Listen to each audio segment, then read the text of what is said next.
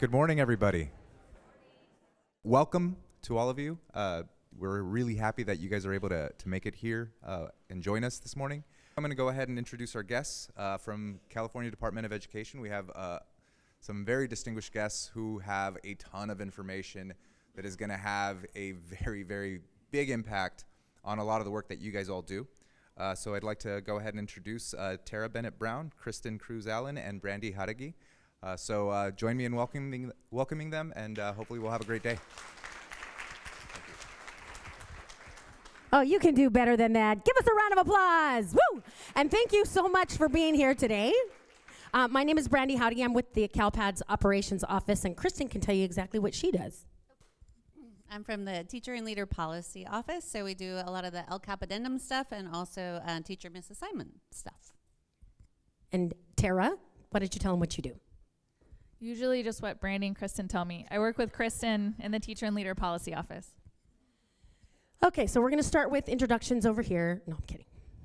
It'll take too long. All right, so let's go ahead and get started today. We have a lot of information to cover. The documents, everybody was able to download the documents from the Padlet. Are we good? Okay, so you had some homework to do before you got here, and that was actually taking your local courses and having your student information system person plug them into that mapping template. So was there anybody here that was not able to do that? Okay, that's awesome. You guys did your homework. I just really quickly wanted to go over some of these documents that are in this Padlet and explain to you what they are, because you will probably reference them throughout the day. There we go. All right, can everybody see that? Okay, so this is the Padlet. So obviously we have the presentation. You'll see that the date that it was updated was today, like literally about 10 minutes ago. We added one slide in here. So if you downloaded it, make sure you download it again after the presentation. This is the CalSAAS flowchart. Roxanne Purdue from the Commission on Teacher Credentialing will be going through the new CalSAAS system flowchart and some wireframes this afternoon. So you can download that along with her PowerPoint. The PEAT Roadshow, it's a presentation Kristen's going to be doing a little bit later this afternoon. The mapping template, that's what we're going to be working in today when you're mapping your local courses. The 2019-20 state course codes draft. So I wanted to explain, this is a document that has all of the courses, their descriptions by their content areas. But this is a draft document. The reason I say that is because we've done one of these already, and we discovered holes. We're missing some courses. And so this document is going to morph, right? But this is a good resource for you if you don't want to have to look in the Excel document. It's just, you can quickly do a control find in there if you're looking for a particular course, you're doing a word search. And it's a good resource to have on your desk. So we will be updating this throughout this process. We'll be on the road till the end of May. Okay, so chances are this is going to change significantly. And then this last document here is the CDE Seeds Teaching and Courses File Layout. So this particular document, I'm not going to spend a lot of time on it, but what this document does is it outlines exactly what CDE is going to be sending the Commission on Teacher Credentialing from data in CalPADS for assignment monitoring purposes. This is the exact file that we're going to be sending them. So I went ahead and I added a couple of columns. So to the right, you'll see state level data source and local data source. The state level data source column tells you the CalPADS field that we are pulling from when we're sending this file. The local data source field is going to tell you where it resides in your LEA. Is it in the human resource system? Is it in the student information system? Because what you're going to find is a lot of the data is in your human resource system. Right? And so credential analysts and human resources folks, that is your responsibility to help the CalPADS administrator put that together. So any questions before we get started on the Padlet? Okay. Okay, here's what our agenda is going to look like. In the morning, we're going to go over a basic overview of assignment monitoring, mapping self-contained courses, mapping departmentalized courses. In the afternoon, we are going to connect via Zoom to Roxanne Purdue from the Commission on Teacher Credentialing. So those of you who are here from the credentialing and HR side of the house, she can answer all of those credential-related questions. So you've got all those boards around the room, And if you have credentialing related questions, that's a great place to put them, or at least jot them down somewhere. Because Roxanne can answer all of those questions once she's done with her presentation. And then finally, Kristen's gonna give you an overview of the Promoting Equitable Access for Teachers program. Okay, so let's jump right into it. So what does assignment monitoring look like in 2018-19, this year? Okay, you guys are going through the same process you typically have. So your counties are monitoring 1/4 of the districts in the county.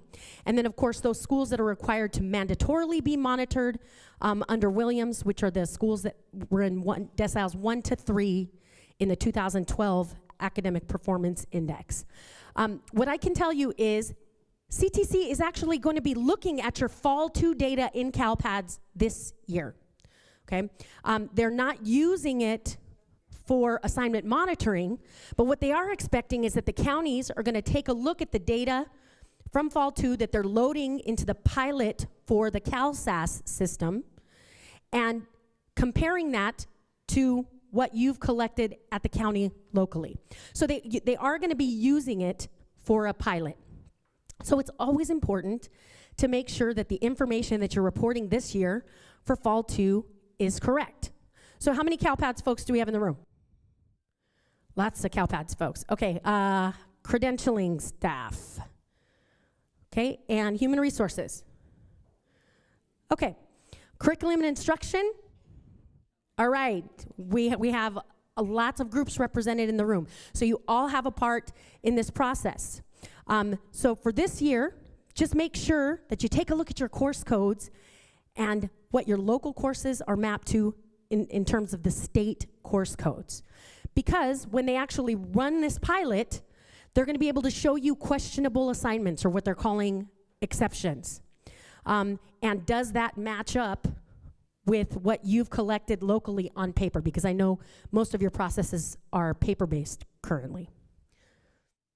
Okay, so which data for assignment monitoring do we collect in CalPADS? There are 4 files that we use specifically. Staff demographic files. That is teachers' names, birth dates, gender, the date that they started with the district, how many years they've been in education, what was their highest degree achieved. Okay, that comes in one file. The staff assignment file is tell me the specific assignment that an individual has within the district. Are they a teacher? Are they an administrator? Are they a pupil service employee? Also in that file, we capture what we call non-classroom based or support assignments. These are specifically assignments for administrators and pupil service employees or teachers that are not instructing students. They're in mentorship programs or they do solely professional development. Okay, we capture those assignments in the staff assignment file as well. The course section enrollment file is where we collect all the information about courses in CalPADS. Everything, every little detail about your courses, including which teacher is teaching them. An SEID, Statewide Educator ID. The Statewide Educator ID is something assigned by the Commission on Teacher Credentialing, and it means the individual has a document. Does it mean the teacher has a credential? No, it doesn't. Just means they have some sort of document with the CTC. That document could be a certificate of clearance, okay? So we uniquely identify the teacher and then the course that they're teaching and all of the attributes about the course. The fourth and final file is the student course section enrollment file. So then you have to tell us which students are taking these particular courses, okay? It's the SSID and basically what we call a course section ID. It uniquely links it to the course section record. So where do they come from locally? Okay, this is where the collaboration comes in. So the staff demographic and staff assignment files reside where in your LEAs? Human resource system, right? Eventually they have to be pushed into the student information system. However, the source for those data is the human resource system. Anybody here use Escape for their human resource system? No, okay. So how many of you actually assist And I'm talking about the credentialing and human resources side of the house. How many of you currently participate in the process of extracting these data for your CalPADS folks? Good, good. I'm sorry? Partial. Okay, tell me why it's partial. So she's saying they only provide part of the information. We're not asking for the credentialing piece, but years of service, things like that. Okay, the staff demographics are pivotal. And most of the CalPADS coordinators will tell you that this is a huge headache. When you're extracting data from another system within your LEA, it is a pain to get it into that format, right? What I've learned over the years in working with all these CalPADS administrators, because obviously I'm on the CalPADS side of things, is that they have taken on a lot. In the last 10 years, their job duties have probably quadrupled. And they're expected to know everything about every piece of data that we collect in CalPADS, and that's not possible. What we would like to see is either you work with your human resource vendors or your IT directors to put together files that look like these to help your CalPADS administrators. Okay, it's just very basic things like name, birth date, race, ethnicity. However, there are certain requirements in order to get those data loaded into CalPADS. Okay, so you have to start thinking about working collaboratively, not only for these pieces, folks, but as you'll see later, the course section data and making sure those courses are appropriately mapped is going to be absolutely key. So if you want to engage your IT staff to say, can you please take something from our human resource system and format it this way so that we can give it to our CalPADS coordinator? Those file specifications are in a document called this is the CalPADS Systems Documentation page, but the specific document is called the CalPADS File Specifications. And so these are two of the file specifications, so staff demographics and staff assignment. It'll tell you what the field is called. It'll tell you how we define it. It'll tell you how it's formatted, what code values we use. So it's everything you never wanted to know about CalPADS is in that document. Okay, but I really strongly encourage you to start that process because it will make your lives a lot easier in 2019-20 when we're doing assignment monitoring. So when do we collect the data in CalPADS for assignment monitoring? It's collected in our Fall 2 data submission. So for those of you that are not in the CalPADS realm, Fall 2 is going on right now. Okay, March 22nd is actually the date that they're going to certify Fall 2 for the 2018-19 school year. But what those data represent is what is happening on the first Wednesday in October. So everybody familiar with CBEDS Day or Information Day, okay? That is what we're collecting, and that's what they're going to be using for assignment monitoring next year in 2018-19 is what was happening on the first Wednesday in October in those classrooms, okay? The submission opens in October, okay? But at that same time, your CalPADS coordinators are working on another submission called Fall 1. And for those of you that do CalPADS, why is Fall 1 really, really important? Money. That's where all your money comes from for the unduplicated pupil percentage. Okay, so they don't usually even start working on Fall 2 until December, January. Okay, they have all the way up until March to certify those data. Okay, so between October and March, you can get it right, but it's what was effective on the first Wednesday in October. That's one of the biggest questions I get asked. Well, we have to submit the data in October. How are we going to get all these data up to CalPADS in October? You don't have to, okay?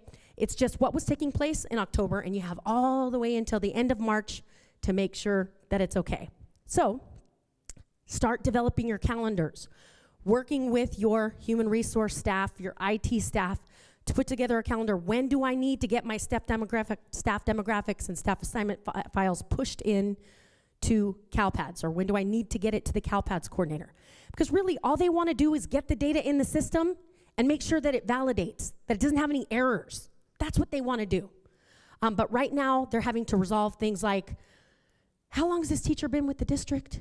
You know, this piece of data hasn't been updated, and they're having to do those things manually. So if you can assist with that, it would be greatly appreciated. And folks, I know that you all have other jobs to do besides CalPADS. I get it. But you know what? The CalPADS folks do also. They wear many, many hats, from what I'm told. So let's collaborate. So just a note about administrator and pupil service assignments. We started this off working on the course project. We were supposed to get these course codes out on Valentine's Day, and obviously we were a little late, just a little. So we hadn't even started working on the administrator and pupil service assignments. So we took a look at them, and how many of you have actually seen that code set currently in CalPADS? So for administrators, their specific assignments or pupil service assignments. Nobody wants to admit to it. It's okay. I know why you didn't want to look at it. We had every different type of administrator that probably never existed in the state of California. So there's so many variations of administrators, and really, what do we need to know about administrators and their specific assignments? Or what do we need to know about department chairs? We had like a million different subjects for department chairs.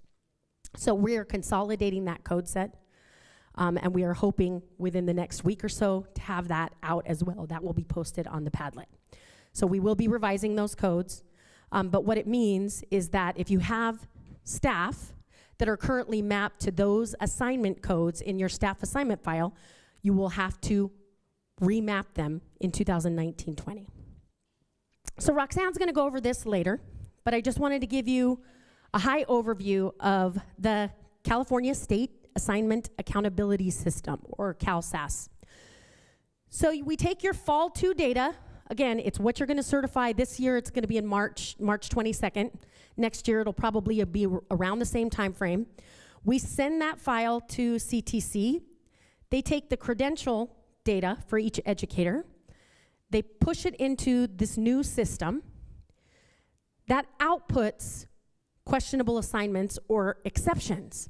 And then what happens is LEAs take a look at it, see which assignments are turning out to be questionable or exceptions, and then they can justify those. The monitoring authority or the County Office of Education then takes a look at those justifications and finally puts the stamp on it saying this is okay, sent to CTC, and then CTC finally sends it to the Department of Education. So this is the timeline. Mid-April is when the data are going to be sent to the Commission on Teacher Credentialing. So our Fall 2 data, we're going to send that in mid-April. In late April, CalSAAS is going to send you guys out your exceptions or questionable assignments. In May and June, May through June, the LEAs are going to have 60 days to justify all those questionable assignments. Okay? The process you're going to learn about today is that the credentialing staff are the ones that are going to get those questionable assignments. We're going to do an activity later in the day that's going to show you why it's important, all you credential analysts, to know exactly what we're collecting in CalPADS, because you're the ones that are going to have to try and figure out, or help the CalPADS administrators try and figure out why a staff person is coming up as an exception when you know that they're appropriately assigned, right? Sometimes they will be misassignments, but in most cases, it might just be a data error. So you have to understand what we're collecting. So after that 60-day timeline, then the County Offices of Education, or the monitoring authority, has 30 days to review that, and then the final file is sent back to CDE in mid to late August. So there are some reporting requirements both to the State Board of Education and to the federal government that we've got to do on misassignments. There's also a, well, there's 100% chance that the CTC is actually going to be posting these on the dashboard, counts of misassignments. So this will be publicly available. It's really important that you figure out who's actually misassigned in your counties. Okay, so what's your role in the process? So our HR staff, again, it's your job to make sure that the staff demographic information, the staff assignment information that is being consumed in CalPADS and being pushed up there is accurate, right? Also, how many of you on the HR credentialing side have actually looked at CalPADS reports or been asked to look at them? Okay, well, see, at least you're being honest. I've been asked to look at them, I just haven't had time, right? And that, again, is a number one complaint of CalPADS folks is I can send them this report, they don't know what they're looking for. And most say, it's fine, okay? Now it has implications, folks. You have to review these reports to ensure that teachers are appropriately mapped to the correct courses, because if they're not, it's gonna result in more work for you, right? It's gonna result in a lot more work for credentialing staff because all they did was assign a wrong attribute or the wrong course code was selected, okay? So you have to start reviewing those reports. CalPADS administrators, send your credentialing and HR staff those reports to take a look at, okay? But tell them what they're looking for. Tell them exactly what to look for in these reports. So credentialing staff, not that you don't do this already, but what's really important is to make sure that before you hire a new teacher and you put them in an assignment, that the course code that they're being mapped to is a representation of what they're actually authorized to teach before they actually start teaching the course, right? And you have to participate in that process, selecting the appropriate code. Your curriculum and instruction folks participate as well to make sure that the teacher is assigned appropriately in the state level system. Also, you take a look at CalPADS reports as well. That's really important. All of the staff reports can easily be downloaded and reviewed. Curriculum and instruction folks. Those of you that brought C&I folks are gonna find out how valuable those people are gonna be in this process. Because many of the things that we're asking you to report to CalPADS this year are not things that the CalPADS folks will ever be able to know, okay? It's things like what grade level standards are being taught in a course. Your CalPADS folks should not have to make those decisions. Those are things as curriculum and instruction folks, you guys are gonna know what standards are being taught in the courses.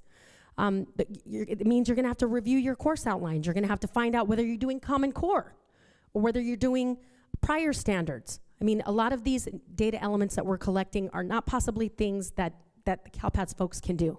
So your role in this process is absolutely crucial. And then, obviously, you can review those CalPADS reports as well. The one thing that I want to stress about the data that goes into CalPADS with respect to courses, those data are based on the course and the content of the course. You should never be picking course codes in CalPADS based on the teacher's credential, okay? And we know that that's happening.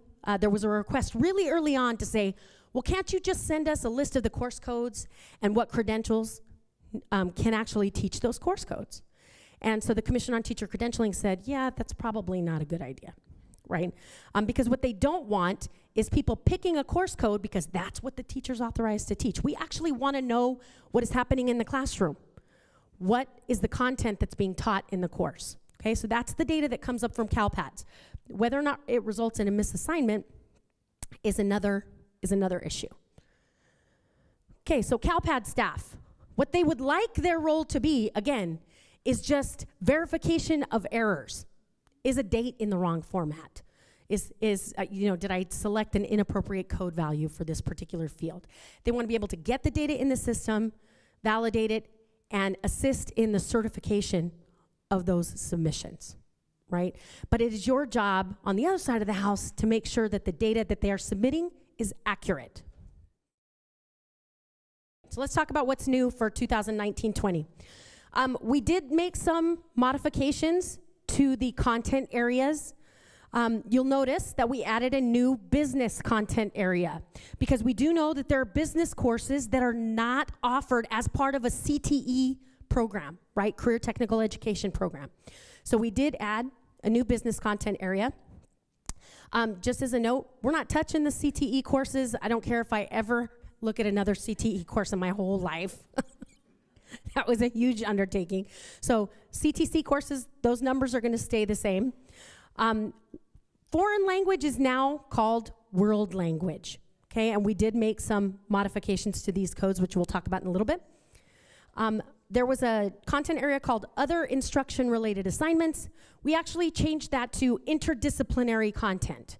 So oftentimes the courses that you'll find in there are courses that could be any number of content areas, right? Or you have to make some decisions about what the emphasis for a particular course is. So, and then we added a new media arts content area, and this is because of the emphasis on media arts, and there's a whole new section and a whole new set of standards for media arts.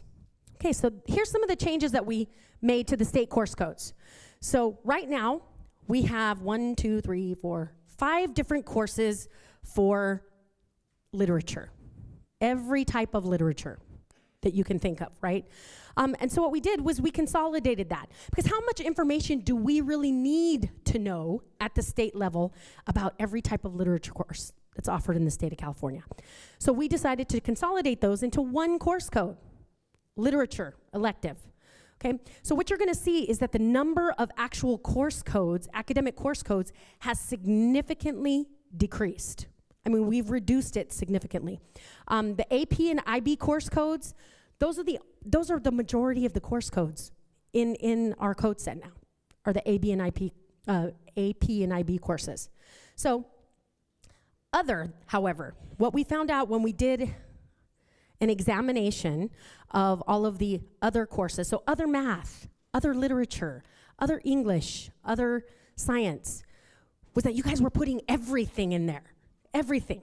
So if you didn't see the word accelerated in our course codes, even if it was accelerated algebra, you put it in other math, right? Instead of choosing just algebra.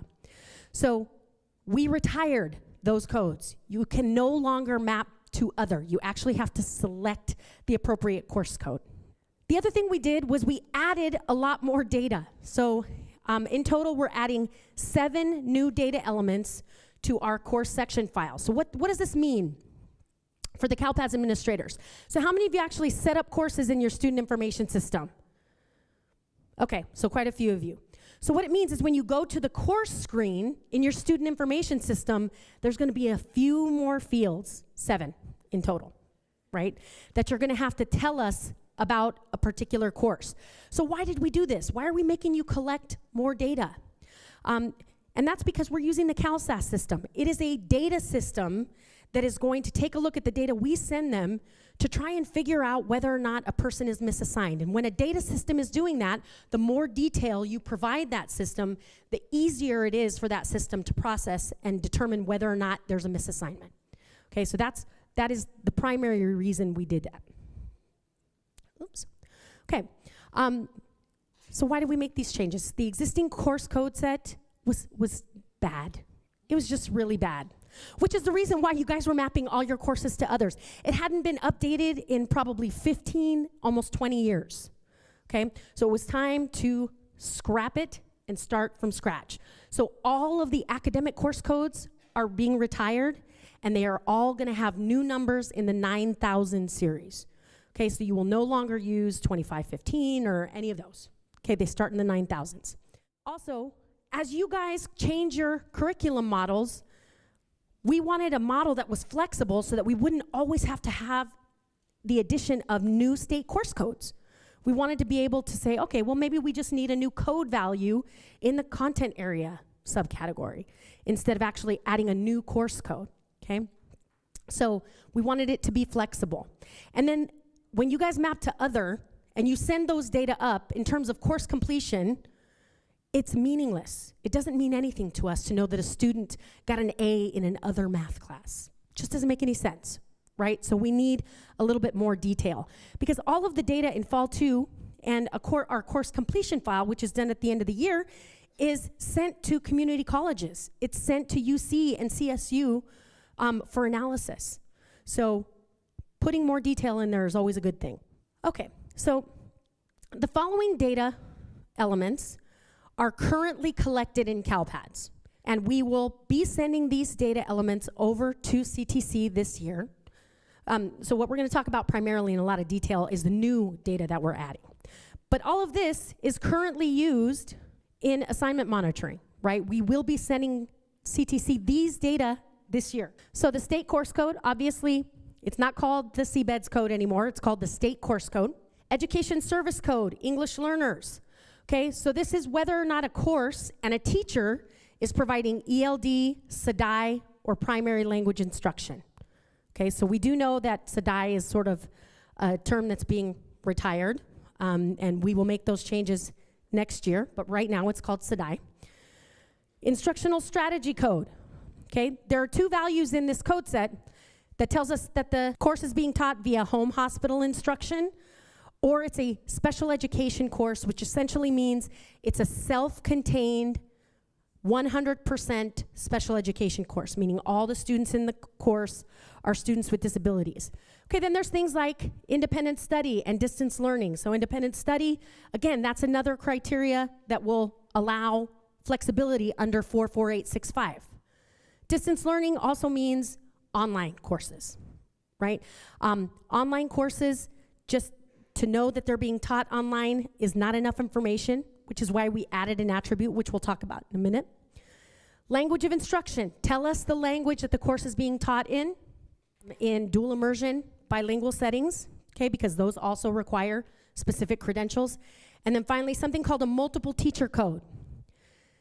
Again, this is currently collected, and it's just an indication of whether or not a course is being taught through team teaching or job sharing. Here's the difference. So team teaching is generally when 2 educators are in the classroom at the same time. Job sharing is when one teacher does it Monday, Wednesday, Friday, and the other one does it Tuesday, Thursday. That's the difference. There are variations, but that's the easiest explanation. Okay, so let's talk about the new data that we're collecting. This is probably one of the most important data elements that we're adding to the course section record. Okay, it's something called the course content area subcategory. Okay, so now, instead of having all sorts of different variations for dance, like ballet and hip-hop dance, right? Having separate course codes, you can use the generic dance course code, but then it will also require that you tell us what type of dance it is, okay, if it falls into one of these categories. What you don't see here is that there's a not applicable category. So let's just say it covers a whole bunch of these things, so I don't want to have to pick one. You can select the NA attribute, which basically means you're covering lots of areas of dance. The reason we put these here is not for credentialing purposes, okay? It was because and Kristen will tell you, our VAPA people are very, very passionate about what they do. So they didn't want to lose any of the detail that we're already collecting in CalPADS. So we added all of these subcategories. In some cases where a subcategory is actually required, CTC needs that subcategory in order to determine whether the teacher is appropriately credentialed. Okay, one example is yearbook. So yearbook, you can have an English language arts credential or you can have an art credential. So in the subcategory, you have to tell us whether the course has an art emphasis or an English language arts emphasis, okay? And obviously, we'll use it to report on DataQuest. So the departmentalized standards grade level range. So curriculum and instruction, folks, this is where you come in, okay? So for every course, every single course, including career technical education courses, you have to tell us about the standards that are being taught in the course, not the grade level of the students that are in the course, but the grade level standards. Is it elementary, kindergarten through 4th? Is it middle grades, 5 through 8? Is it 9th grade only? And Kristen will talk about why this value is necessary later. Or is it secondary, grades 9 through 12? Okay, that means you have to take a look at your courses and figure out what grade level standards are being taught. This is crucial for assignment monitoring. This could be the difference, this data element could be the difference between an appropriate assignment and a misassignment, okay? So it's really important that you pick the correct one. Okay, content standards alignment code. This is not gonna be used for assignment monitoring, but it is gonna be used at CDE to determine whether or not a course is being taught using the current standards or prior standards. So the current standards for science are what? Anybody know? NGSS, Next Generation Science Standards. Okay, so if you're using NGSS standards in your science courses, you're gonna select current standards. If you're using a prior model, remind me that I gotta correct this slide. Just ignore the ELD part, forgot. These have changed a little bit. But if you're using prior standards, then you would select the prior standards code. So this just gives us an indication about how many people are doing Common Core, how many people are doing NGSS, okay, and this is for use at the department. So Kristen's gonna talk a little bit about ELD and integrated because it's really important to our English language development folks at the department. So just for those of you that went to anything on the ELA, ELD framework, when we rolled that out, we had this new concept of integrated ELD, which is in every content area, your history, your math, your science classes, they're using their content area standards, but also planning with the ELD standards that came out in 2012, and making sure they're utilizing both of those to meet the needs of English learners in the classroom. And then designated ELD, which I'll talk about how to code to that later, that is that separate course where they're only using ELD standards with ELD or EL students to focus on language development. So when Brandy said CDE is kind of an old term, that integrated ELD is really kind of what has taken over CDE and includes CDE strategies and other strategies as well. So we'll talk a little bit more about designated in a little bit. Okay, so the course section instructional level code is something that we currently collect in CalPADS, but we added a whole bunch of new codes specifically to account for all of your other courses, right? So if you didn't see the word introductory, intermediate, advanced, accelerated, exploratory, bridge, in one of our state course codes before, you guys were selecting other, right? So now we're allowing you to just tell us that. So you'll feel better about picking algebra and then telling us it's an introductory algebra course, for example. Maybe that was a bad example. Now the two values in here that you need to pay attention to are these last two, college credit only and dual credit. So anybody have an idea of why knowing that a course is earns the student college credit or high school and college credit is important? Yes, dashboard, California School Dashboard, right? For the Career and College Readiness Indicator, we're collecting information about courses and whether or not students earned college credit for those courses. Okay, whether it's college credit only or whether it's high school and college credit, it will earn that student points towards becoming prepared in the Career and College Readiness Indicator on the dashboard. Okay, so these two are really important. But the reason we actually had to break them out, because currently we only collect one course code, it's college credit.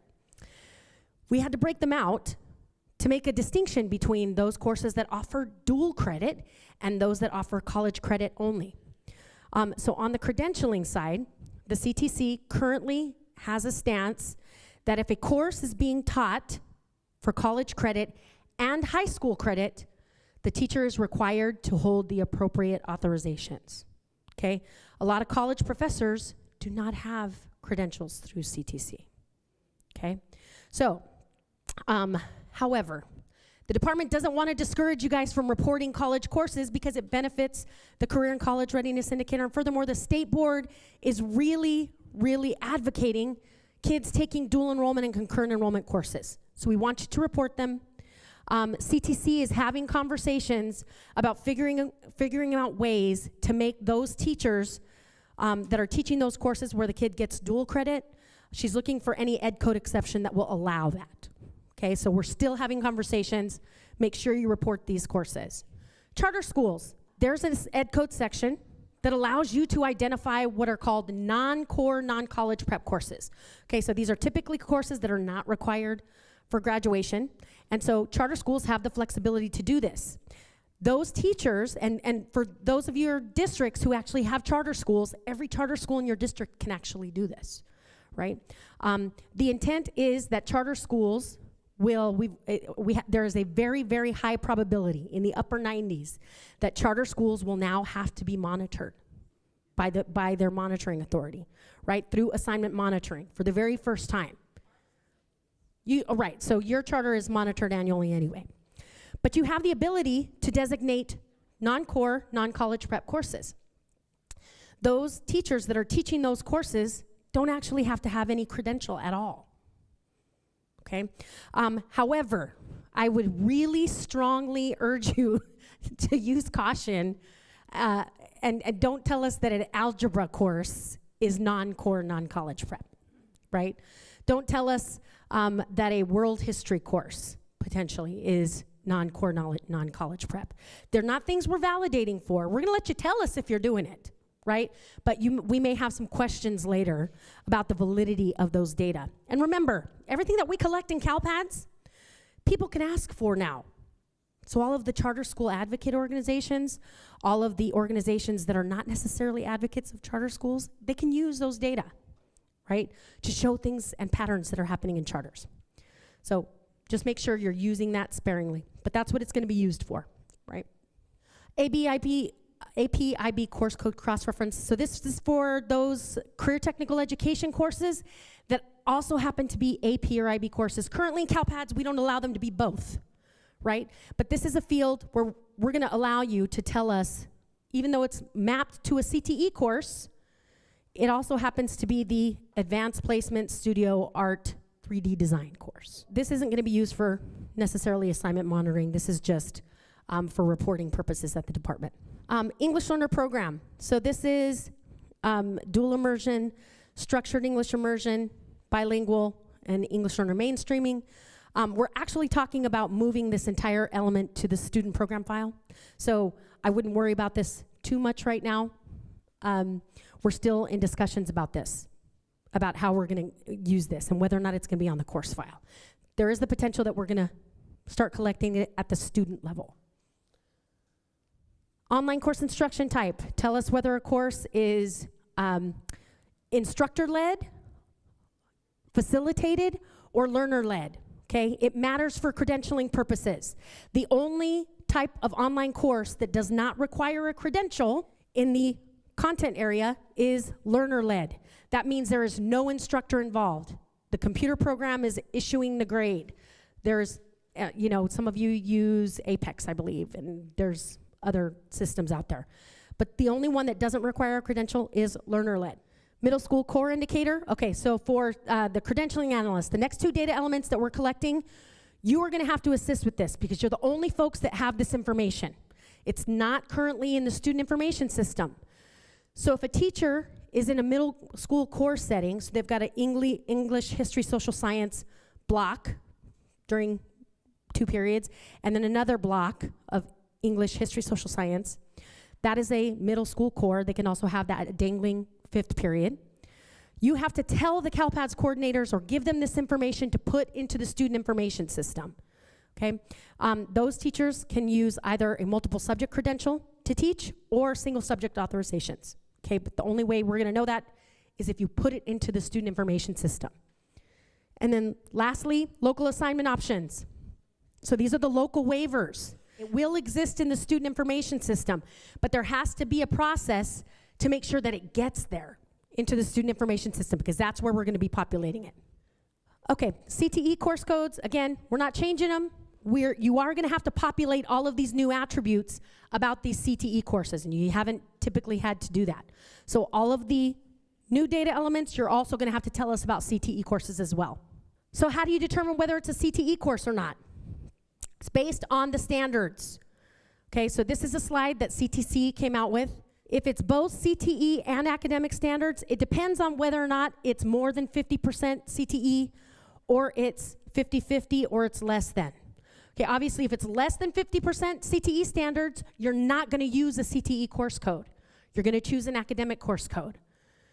If it's 50-50, then they want you to map it to a CTE course code. Just err on the side that it is a CTE course. But if you do that, remember that it requires a CTE or single subject authorization in order to teach it, okay? Obviously for those CTE courses that are using academic standards, dance courses, for example. If it's a dance course that was using the arts standards and not the CTE standards, it should be in the dance subcategory, not in CTE. Okay, so there are decisions that you have to make about these things because you have to have specific credentials to teach CTE courses. Okay, so let's talk about self-contained courses. Elementary school districts, raise your hands. Okay, so this is for you. Most of your courses are going to be self-contained. So self-contained means one or more instructors is teaching the same content to the same group of kids all throughout the day, and it could be multiple subjects, right? English, math, history, social science. It usually appears at the elementary level. CalPADS folks, what's the code you use for self-contained courses?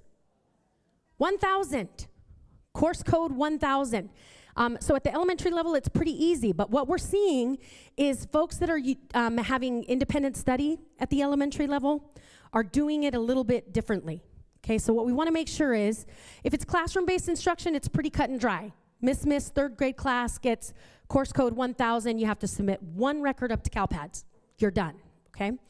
But for virtual instruction, for example, if you have Mr. Smith teaching kindergarten through 5th grade at an elementary school, what you guys were doing was submitting up one record to CalPADS with self-contained, then you were attaching like 300 kids to this one self-contained record. So on your school accountability report card, it's showing a 300-to-1 ratio for those courses. So don't do that, okay? What we want to make sure that you do is break it out by grade level. So kindergarten, 1st grade, 2nd grade. So that teacher, instead of having one course section, now has 5, all right? So in the virtual settings. Middle school self-contained, same idea. Okay, middle school self-contained, it's one teacher teaching multiple subjects to the same group of students all day. One course section, if it's classroom-based. Multiple course sections, if it's independent study or virtual instruction based on the grade level. Okay, high school self-contained. Really, the only situations in which you should report a high school self-contained course is in a special education setting, right? So it's a self-contained special education course. That teacher's teaching multiple areas of content to that same group of kids in grades 9 through 12. You can use a self-contained 1000 course in those settings. Opportunity classes should only be done like this. Again, if that teacher is teaching multiple subjects, all the same subjects to the students that are in that class. The settings that should not be reported as high school self-contained. So you shouldn't use course code 1000 in home and hospital or necessary small high schools, continuation schools, alternative, okay? The reason that you shouldn't report courses like this, we don't want to see course code 1000 in these settings, is because, again, we're sharing these data with UC, CSU. So how informational, if a kid is doing credit recovery, is it that you're telling us I passed a self-contained course when I'm a 10th grader? They want to know the specific content that the kid is receiving. They want to know at the end of the year the grade levels, or excuse me, the grades that are issued for these courses. So we want you to report them in a departmentalized setting in grades 9 through 12. Okay, so departmentalized courses. A departmentalized course, this is usually occurs at the high school level, but it also can be at the middle school level. It's one teacher teaching one area of content to multiple groups of students throughout the day. Could be virtual or classroom-based. Elementary and middle school departmentalized courses. There can be departmentalized courses at elementary schools. If at the elementary level you have a math teacher teaching math to every single grade in K through 5, that actually requires a math authorization, right? A single subject authorization. So you're going to report those teachers that just teach one subject at the elementary and middle school levels as departmentalized. And Kristen's going to talk about specific courses we created in each content area that you can use for those teachers. So you will have departmentalized courses. So computer science, music, physical education, art. Those are usually the courses we see at the elementary and middle school levels in which one teacher is teaching only that to groups of elementary and middle school kids. Okay, take it away, Kristen. Well, my background is I'm a curriculum and instruction person. I always have been. And so when my boss came to me and said, hey, we're gonna have to redo all the course codes in CalPADS, and you have 6 months, and I'm sorry. And I went, oh, well, I didn't know course codes. I taught high school. Yeah, I remember course codes. This should be pretty easy. And then I met Brandy, who said, okay, we did CTE, and it took like 2 years. But we had 6 months, and we did this. And we did it with the use throughout our department, the California Department of Education, of what we call SMEs, which maybe you call them that. It sounds like something out of a Dr. Seuss book, though, doesn't it? The SMEs who have knees that live in the leaves. But our SMEs are our subject matter experts. So we pulled all the people with math credentials, all the people with history credentials, all the people with ELA credentials, and said, okay, help us slim and trim down this list of course codes. And the first attempt at it, we actually got more course codes. We said, no, you're not following the rules. That wasn't part of it. So I'm going to take you through about 3 subject areas at a time, and then I'm going to have you have time at your tables to talk through any course that you offer in your LEA that may not fit into our spreadsheet and our list of courses. So when I go through them, you may want to be looking on the Padlet at either, what is that document called that has all the course codes and the mapping? The Word document with the State Course Code 2018-19. So when I'm going through, history, kind of look at the offerings that we have for history, look at the offerings for math, et cetera, as I go through. And then you're really going to be thinking and giving us feedback via something called Poll Everywhere, and I'll tell you how to log into that, of anything that you are offering that doesn't currently fit into what we have. Because as Brandy says, this is a draft. We did our first rollout in, I don't know where we were. We were in Santa Clara. And all of a sudden, somebody raised their hand and goes, where do I put this? And we went, oh, okay. We're going to need to create some new course codes. And so we're hopefully by the end of this month, because we will have put in, I think, like 6 or 7 of these, that hopefully we'll know everything that we're missing at that point, and we'll be updating. And then we're going to do a webinar to kind of update people on any updates that we've made, and hopefully some other follow-up webinars. So I'm going to talk about secondary course codes, but this does kind of involve some of information about departmentalized at the elementary setting as well, so please don't tune out. And when I started going through these, we actually did a little run-through at a credential analyst meeting in SCOE, and I used to be a teacher, right? So I catch really snide comments from the side quite easily. And I started going through these, and I was really excited about all of our course codes, and a gal said, "She knows we're not CalPADS people, right?" And people are kind of tuning out, and oh, this doesn't involve me. I don't have to do this. Well, from now on, we got to talk to each other. This is the only way this is going to work, is if our credential analysts and our CalPADS people and our C&I people are communicating. It is the only way it's going to work. So we'll talk a little bit about what's going to cause those misassignments or exceptions as we go through, and our assignment later, and there's like a little test later, so that's another reason to pay attention, is, okay, we've got misassignments, what went wrong? Who did it? The CalPADS person did it in the library with the candlestick. Okay. So I'm going to go through history, social science first, because I was a history, social science teacher, and it's the best subject area ever. But if we have a departmentalized, so we have a new course code for departmentalized history, social science K6. We're talking about Mrs. Garrett is teaching 6th graders all day long at ABC school, history, social science only. So likely this is Mrs. Garrett has a history, social science credential, not a multiple subject credential. So when we're picking that departmentalized, it means same subject all day, different groups of kids. To make my examples a little bit more fun, I think I messed up one. I don't know if we fixed it. I based all of our teachers on 1970s and 1980s moms on sitcoms or otherwise. So just a little quiz. Mrs. Garrett would have been from Facts of Life. You take the good, you take the bad, and take them both, and there you have. Okay. So that was very good. There's candies on your table. Eat one. That's your prize. History, social science also. So We do U.S. history and world history at different levels, in middle school and then again in high school. So here is somewhere where we could have a problem if we don't code correctly, okay, in CalPADS. So for history, social science, grade 8, you would pick, U.S. history, grade 8, you'd have to pick the U.S. history code and then make sure that you're picking the attribute, which is grades 5 through 8, okay? And then if you're picking for high school, grade 11, make sure that you're doing the U.S. history and then the grades 9 through 12. And the same goes for US or world history that's offered at grades 7 and 10.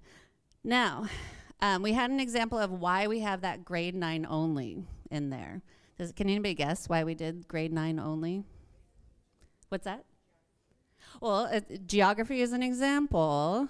What about for like credentialing purposes? What are some rules? I think I heard it out there.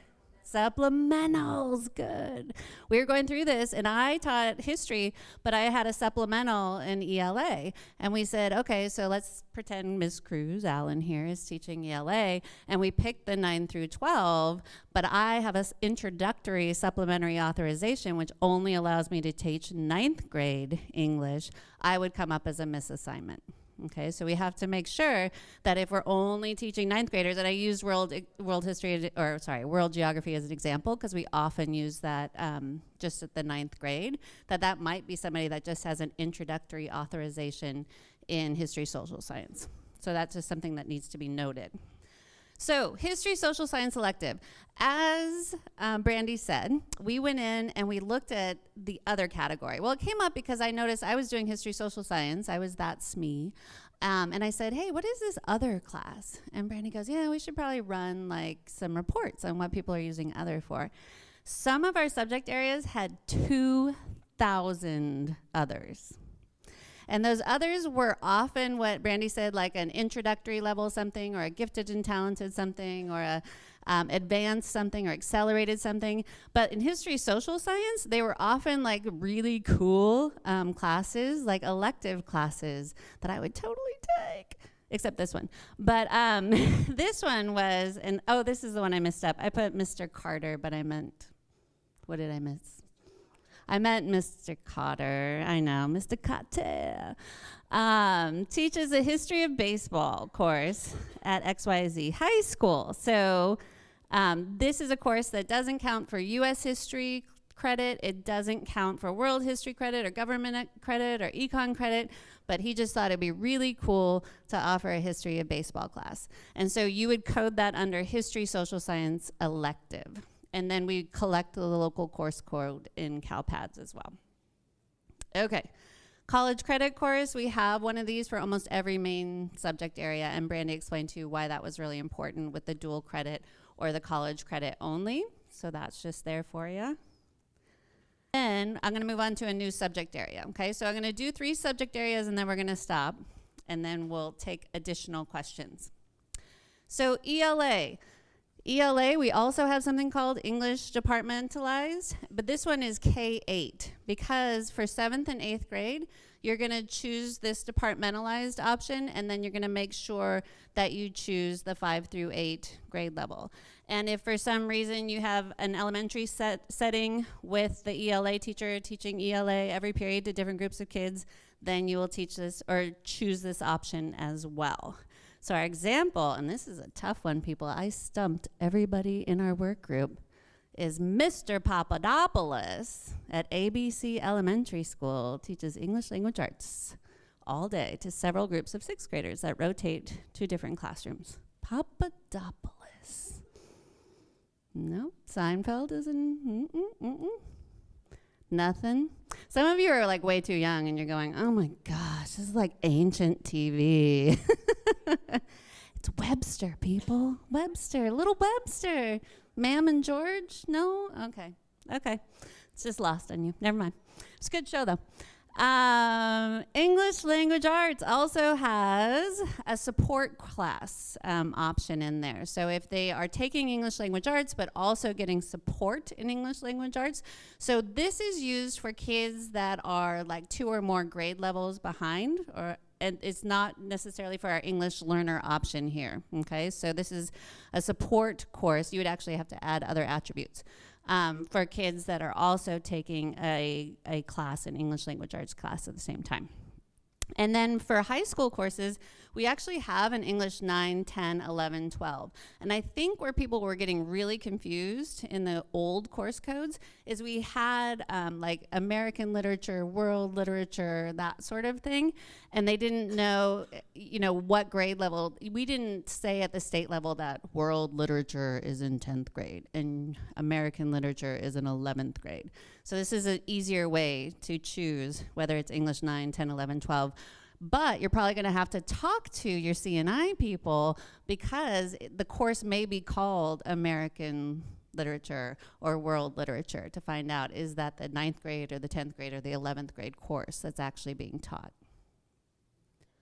Okay, so we do have the English language development courses, and again, that's that designated course where kids are taking a course to develop their English language skills, and they're using the ELD standards. And then we do have a literature elective because we found tons of others that were called like Greek mythology, the literature of the Renaissance. I just went on and on and on. So in this example, Mr. Drummond, I heard somebody say this for the last one, is teaching Greek mythology. Drummond? Nope. Different strokes. Got it. I'm getting too old. I'm going to have to update these examples. I don't know. Get some 90s television in there. I don't know. Is teaching our Greek mythology course. So again, this is an elective English course. They're not getting their regular 9 through grade 12 elective or ELA credit here. Okay, world languages. Our world language SMEs actually were just so brilliant, and they kind of came up with this whole notion of using attributes to slim down all of these course codes. So we were so happy with them. They had so many course codes. They had Japanese one, French one, Spanish one, and it went on, Urdu one, on and on and on. And so one of the gals said, why don't we just have like 4? World Language 1, World Language 2, World Language 3, and World Language 4. And then we'll have a subcategory of all the languages you could possibly pick. So that was totally brilliant. We'll have to credit her with that one. And then we have World Language for Native Speakers 1 through 4, and then like 60 languages you can pick from that might be taught in that course. And then of course, you would want to pick the appropriate grade level attributes for whatever grade level is taking this course. And then we have all the IB and AP courses for world language as well. Now we have working in the mapping template with Brandy. There are several tabs in that mapping template document. Okay, the first one is the instructions for populating it. I'll open it up in just a second. The second is actually the mapping template tab. It's red, and that's what we're going to be working in today when you're looking at all of your English, history, social science courses. The next tab is called the CalPADS CRSE file. CRSE stands for Course Section Enrollment File. You don't have to do anything in this tab. Okay, it's a protected worksheet. Everything that you do in the first tab, the mapping template tab, automatically populates in the second one. And basically that's just to give your CalPADS administrator an idea of what code values to use and what it's going to look like when it goes up to CalPADS. So you don't have to do anything in there. That spreadsheet is protected, right? But if you find that you have to make some modifications in it, it's fine. The password is CalPADS, all caps. Course codes by content area. That's where all the state course codes are by their specific content areas, if you want to look them up that way. And then the last tab is other code sets. So that's where you're going to find all your content area subcategories, and you're going to find all the codes for the AP and IB courses. Okay, it's usually used to create the drop-down menus that I'm going to show you here in just 1 second. All right, so let's look at the mapping template tab. You'll notice that we put some dummy data in the mapping template tab, and everything that we're going to be doing today is in these gray columns over here. So the one thing I wanted to point out is, for those of you that are not really familiar with working in Excel, these are the questions that we get as we're going through this, is these little filters, these drop downs in the header column, they're filters, okay? So if you click in them, generally you're only, enable editing, that would help.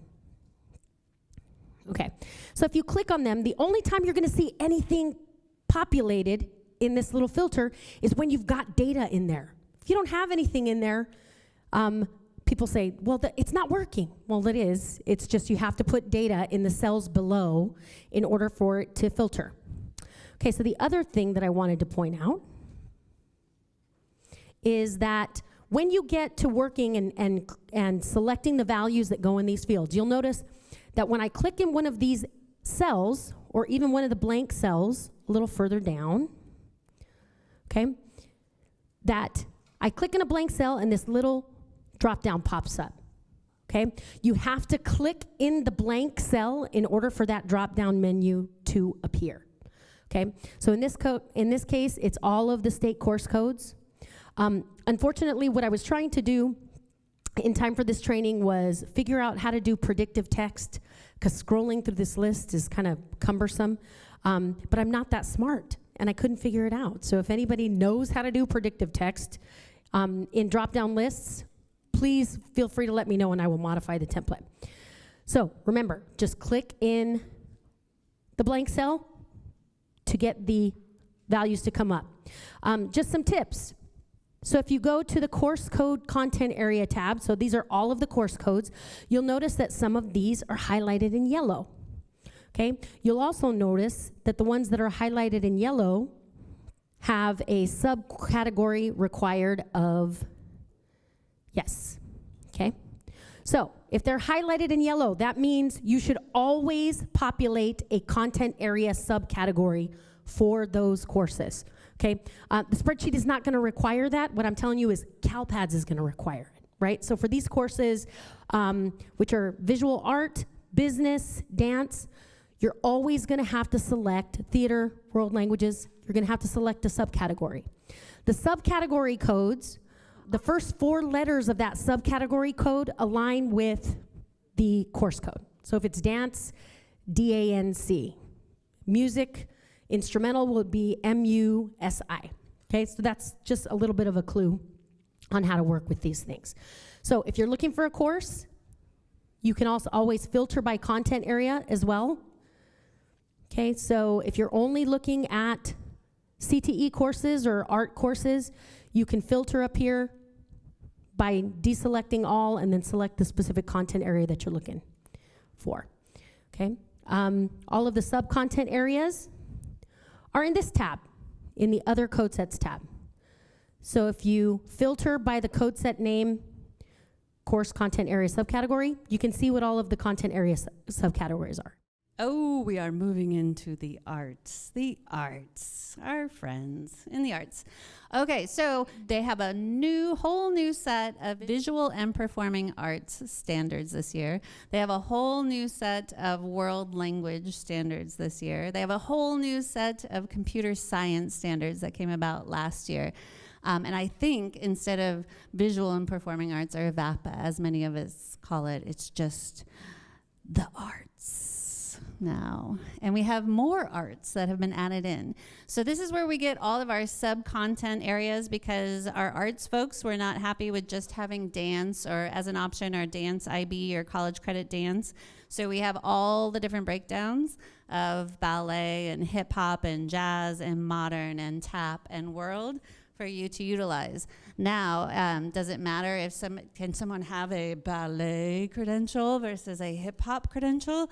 No, you're not gonna get a misassignment if you don't pick the correct subcategory, but they're there for your use if you wanna specify down. And I know they're doing a big data project right now, the VAPA people, the arts people, to see what's being offered around California. So they really wanted this specificity, so they got it. They're persistent little folks there. Then we have theater. And I had to make the dummy comment when we first started this, and I looked at him and I go, you know, you guys spelled theater wrong, right?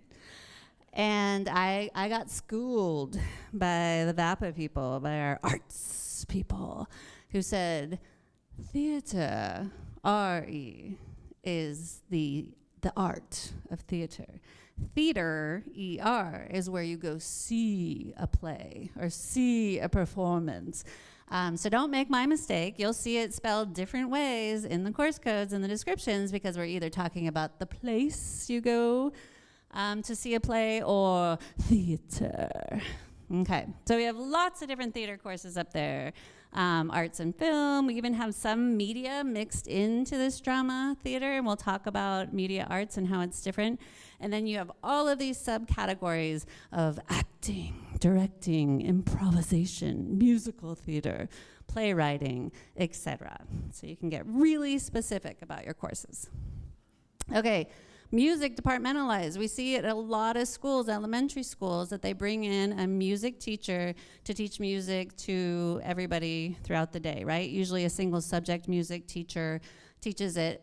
Just be careful there, like Brandy said. Don't make this one teacher have 300 kids assigned to one section. That's going to throw off your teacher-student ratio quite a bit. So you can break it down by grade level.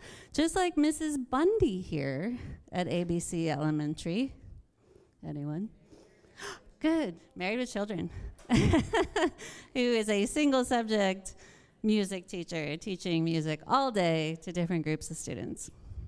Now look at all those music courses. Oh my gosh. Music people were very demanding.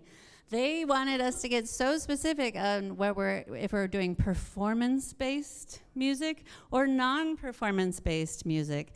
And of course, we have that difference between instrumental and vocal, but we have music recording, we have songwriting, we have it broken down by some of the instruments, piano and guitar and ensemble and band and musical theater. Oh boy. The big difference here, though, you want to pay attention with music. Sometimes it's going to be important with their credential if they have supplemental authorizations in either instrumental or vocal. There'll be a difference there. So that could cause a misassignment if you're not picking the correct subcategories that differentiate, or the music courses that differentiate between vocal and instrumental. Media arts. Media arts is you wouldn't believe the arts people fought and fought and fought. It actually caused like a schism in the arts world between groups that thought media arts wasn't art and people that said it's not an art. It's not an art. But it made it in. It made it into the new standards. Media arts is considered an art. And so we have departmentalized K-8, and then we have just a regular media arts class where you would have to pick one of the subcategories that you see on there. So there's all kinds of them: digital sound design, visual design, multimedia design. It's all over the place. Physical education, again, departmentalized. We have that single subject PE teacher, Mr. Connor. Even I forgot who Mr. Connor was. Does anybody know who Mr. Connor? And I made this example. Nope. No. Roseanne. The Connors. We have Mr. Connor teaching PE all day long to the same group of 6th graders at ABC Elementary. We're going to pick physical education departmentalized K-8, so meaning at that junior high level or the 7th and 8th grade level, still pick physical education departmentalized. Wow. For physical education, we have also modified PE, adapted PE, and then PE 1 and 2, those are meant to be your 2 classes that you have to take at the high school level, so PE 1 and PE 2. We have IB PE, and then we have elective PE. And under elective PE, all of these used to, I believe, have their own course codes. Now you would just pick PE and then actually pick a subcategory of one of the, or you'd pick physical education, and then you'd pick one of the subcategories of either outdoor adventure activities, interscholastic athletics, weight training, aquatic, dance, etc. Okay, so those are your subcategories for PE. And I do know we had the question come up that, oh, hey, there's a dance course in PE, and then there's a dance course in arts, right? And so you're going to have to pay attention not to pick the wrong one. Is it based in the PE standards, or is it based in the arts standards? Interdisciplinary subjects. So one thing that we found when we were looking at all of those others was in every subject area, it seemed like there was an AVID class. How many people offer AVID in their districts? Okay, so we found AVID in history, and we found AVID in ELA, and we found AVID in science, and we think the reason is because all of those teachers could teach AVID, right, if they're AVID trained teachers. So I was history, social science, I taught AVID. So they were thinking they had to put it into that other history or other science. Now we have it in interdisciplinary subjects, because any of those subject areas can teach AVID. We also found academic decathlon in like every single subject area. It was everywhere. So we stuck it here under interdisciplinary. So look at your other options. Are community service, teen parenting. We have the no educational content because of the law that passed, I guess, 2 years ago. Yeah, so that option is there. Student assistant, so your TAs in there. Homeroom is there. I know some people had homeroom classes, life skills, student government or student leadership classes, but applied STEM is here, and again, that breaks down into all those project lead the way categories for engineering and all kinds of different things. We put yearbook here because as Brandy stated, there's yearbook with an English or journalism emphasis, and then there's yearbook with like the photography arts emphasis. And if it could go either way and be taught by either subject area, depending on what they're authorized to teach. We have humanities here because humanities can have a history social science focus, an ELA focus, or an arts focus. So depending on what focus it has, you have to pick a subcategory that says whether it has a history, art, or ELA focus there. Okay, so basically anything in interdisciplinary subjects is because they could have a focus in several different content areas, or there's teachers in several different content areas that could actually teach those courses. And we're learning that maybe there's some that we need to add to that. So again, give us feedback if you have other courses that you don't see listed there that need to be added to interdisciplinary subjects. And then finally, under special designated subjects, there's only 4 courses right now. And a lot of schools don't even offer some of them anymore. But safety education, driver education behind the wheel, and then driver ed. And then leadership, military science is our ROTC courses. That would go here too.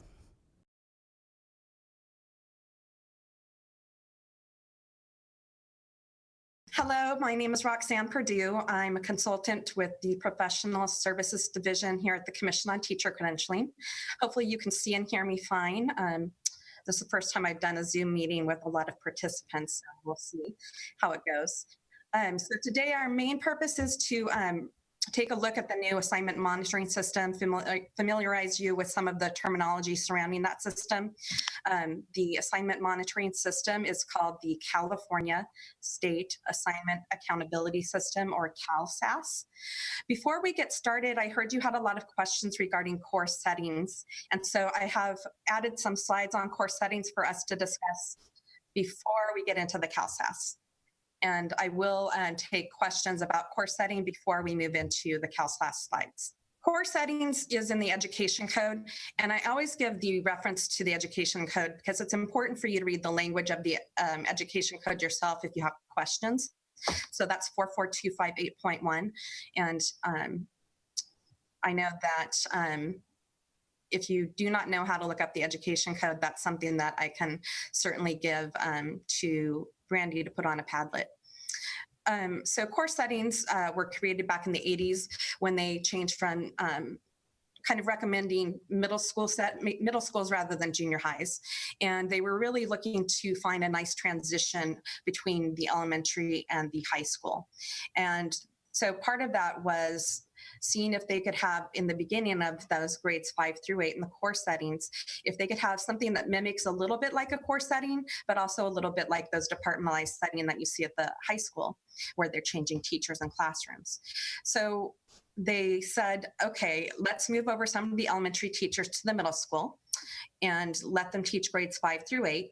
And the purpose is to have the students coming back to the same teacher in the same day with the same group of students, so they're feeling like they're in part of a community there with the same teacher twice a day. So it can be 2 or 3 periods a day with different subjects, but with the same students and with the same teacher.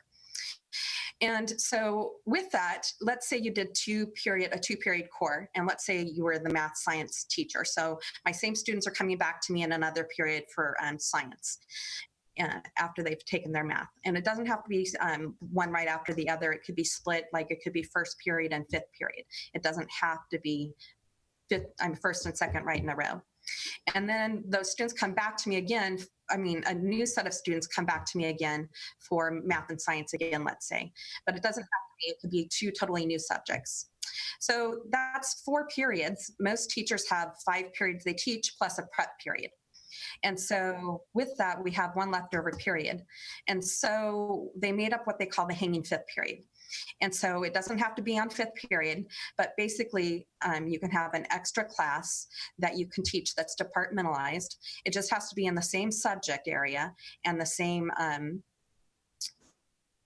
subject, a different group of students, and the same grade level as the core. And so when I say the same subject, I mean exactly the same subject. So it can't be 6th grade math and then algebra, even though they're both math. It needs to be where the teacher doesn't have to do new lesson plans. So it's the same as one of the core. Okay, so let's take a look at a picture of core settings so you can get a better idea. So when you look at these 2 examples of core settings, the boxes are shaded the same if they're the same group of students coming back together. So the first one's kind of what I was talking about. You have a core here for 1st and 2nd period. So you have the same group of 6th graders coming back to the same teacher in 1st and 2nd period. And so they're teaching math in period 1 and science in period 2. Then their teacher has a prep period so they can grade papers and make lesson plans in 3rd period. And then in 4th and 5th period, they have their 2nd core with a new group of 6th grade students. And once again, they're teaching math and science to that new group of 6th grade students. And then they have their hanging 5th period. And that is that they can teach math or science to any new group of 6th graders as their hanging 5th period. So that's what the first one looks like. Above it, I'll tell you that the teacher holds a TC2 with an ELAM authorization. If you're a credential analyst, that means something to you. TC2 means a multiple subject credential, and those are the ones you usually see teaching in the elementary schools. So it's with an ELAM authorization, that's your English learner authorization. So ELAM means to those in the know, that code means that they have an English learner authorization and they can teach they can teach what we call CDE. So within their subject area, they can provide supportive services to English learners, but they can't teach English learners in an ELD class separately, departmentalized. So this teacher is authorized for this assignment. The core was done correctly in this example.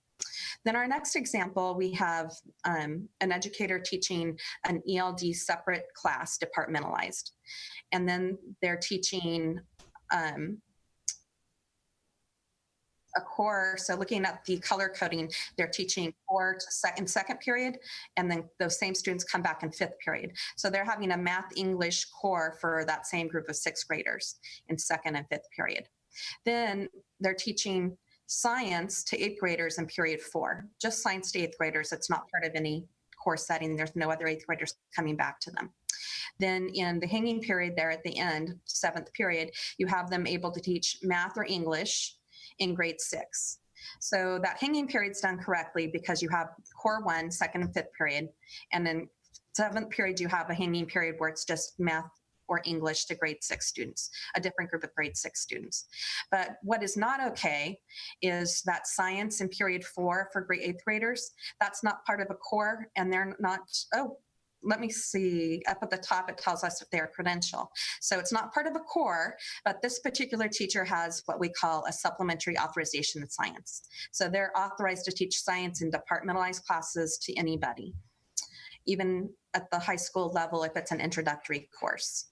And then it says they're able to teach ELD departmentalized because in this case, ELA 1, which is their English learner authorization, is allowed to teach departmentalized ELD. So even though they have 2 departmentalized classes with different students that aren't part of a core, they have other authorizations that allow them to teach those departmentalized classes. So this assignment is okay too. There's just only 1 core setting and 1 hanging period in this one. So that's the end of my core setting slides. That's kind of a beginner lesson. So if you have some questions on core settings, now would be the time to ask. So Roxanne, we did have one specific question that came up earlier, and I saw on your first slide, it said that 2 or more courses can be cored, right? So Right. my question is, what's the limit? How many courses can actually be cored together? So normally it's going to be no more than 3 periods of a core, but there's not really a limit because that just moves you into a self-contained classroom setting. So let's say that you were teaching 5 periods to the same group of students. It's really a self-contained setting. And if I'm a multiple subject teacher, I can teach a self-contained classroom. So normally we don't see more than a 3-period core. Were there any The hanging more period can specific also be questions? to more than the hanging period can be to up to 50% of their assignment. So if you had a 3-period core and then different group of students coming back for 2 periods, 2 different groups of students coming back for 2 periods of the hanging fifth in the same subject and grade level as my 3-period core, then they could do that as well. So we do see a 3-period core with 2 hanging fifth periods sometimes. Okay, If so that those makes are, sense. yeah. I know this is going awfully fast. So this is what we call an introduction to core settings. So if there's another specific question, feel free to ask. And the hanging period would be coded as core as well, Roxanne? You would expect to see that hanging fifth period coded as part of the core? Right, yes, it would. There's going to be a place within CalSAAS where you can upload proof that it's part of a core. That's up to the county, what they want to see as proof and whether they need to see it for all of them. They may choose like 20% of your core settings to audit. And so the difference between that is, in CalPADS, you're telling us beforehand that the course is part of a core. If you upload the documents to CalSAAS, They won't come out as exceptions then. right. But if you upload the documents to CalSAAS, this is after an exception has already been generated. Correct, Roxanne? Well, it actually works in 2 ways, Brandy. They can upload so we'll be collecting the data on core settings from the CalPADS, and they won't come out as exceptions. But even though they don't come out as exceptions, your county may ask for proof, like a master schedule showing the core settings would be an example of what they would ask for proof. So you want to gather that proof together about your core settings in case the county asks for verification that it really was a core setting. And you'll be able to upload those into the CalSAAS system. And the county may not ask for one every single time. They may choose just like 20% of them to audit, but you want to have your documentation and proof in case they ask you to upload it into the CalSAAS system. So it's whether it's an exception that's generated, or even if it's not an exception, but you've marked it as a core setting. Either one of them can be audited. Okay, so let's look at assignment monitoring today is really paper intensive and labor intensive. The district is asked for a lot of documentation from their county offices. And so I monitor districts myself that are part of what we call the 7 single district counties. So counties that only have 1 district inside of them. And I know we have tons of binders with all kinds of paperwork to do our auditing because paper is how our district provides their records. And so I have to go through master schedules. I have to go through course descriptions. I have to go through looking at duty statements for jobs in order to make a decision on each and every assignment and course, whether it's a proper assignment, after also looking up each credential.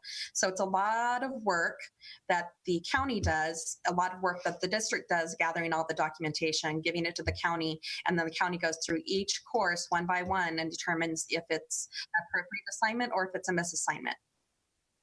Once the county's done determining that, they report it back to the district for correction in 30 days. And then they also report it to the commission. And there were 3 separate databases that the commission has right now. it was a FileMaker database, and they would report the 1/4 monitoring, where 1/4 of the schools are monitored each year, and the whole state is monitored within that 4-year period. Then they had to monitor what we call the bottom third of the decile schools. So it's through the Academic Performance Index. That does not exist anymore. And so we have to monitor the same schools back since 2012. And then they have to report any uncorrected misassignments as their third responsibility. And all of that came to the commission. So that's what assignment monitoring looks like today under current statute in the Education Code. So let's look at how it's going to change in the CalSAAS system. Okay, so I actually mentioned part of this earlier, and these slides are on the Padlet. It doesn't include my course settings in Brandy's Padlet, but I can certainly give her an update to include that have the course setting slides. So basically, it just says the same thing I said. It's 1/4 of the schools. They're all monitored within 4 years. It's right now difficult to identify any trends that are occurring across the years because we have to wait 4 years to look at a trend from the previous 4 years, which is kind of difficult. Also, the data systems we have that we're generating in FileMaker don't allow us to look at trends and areas of need within the state.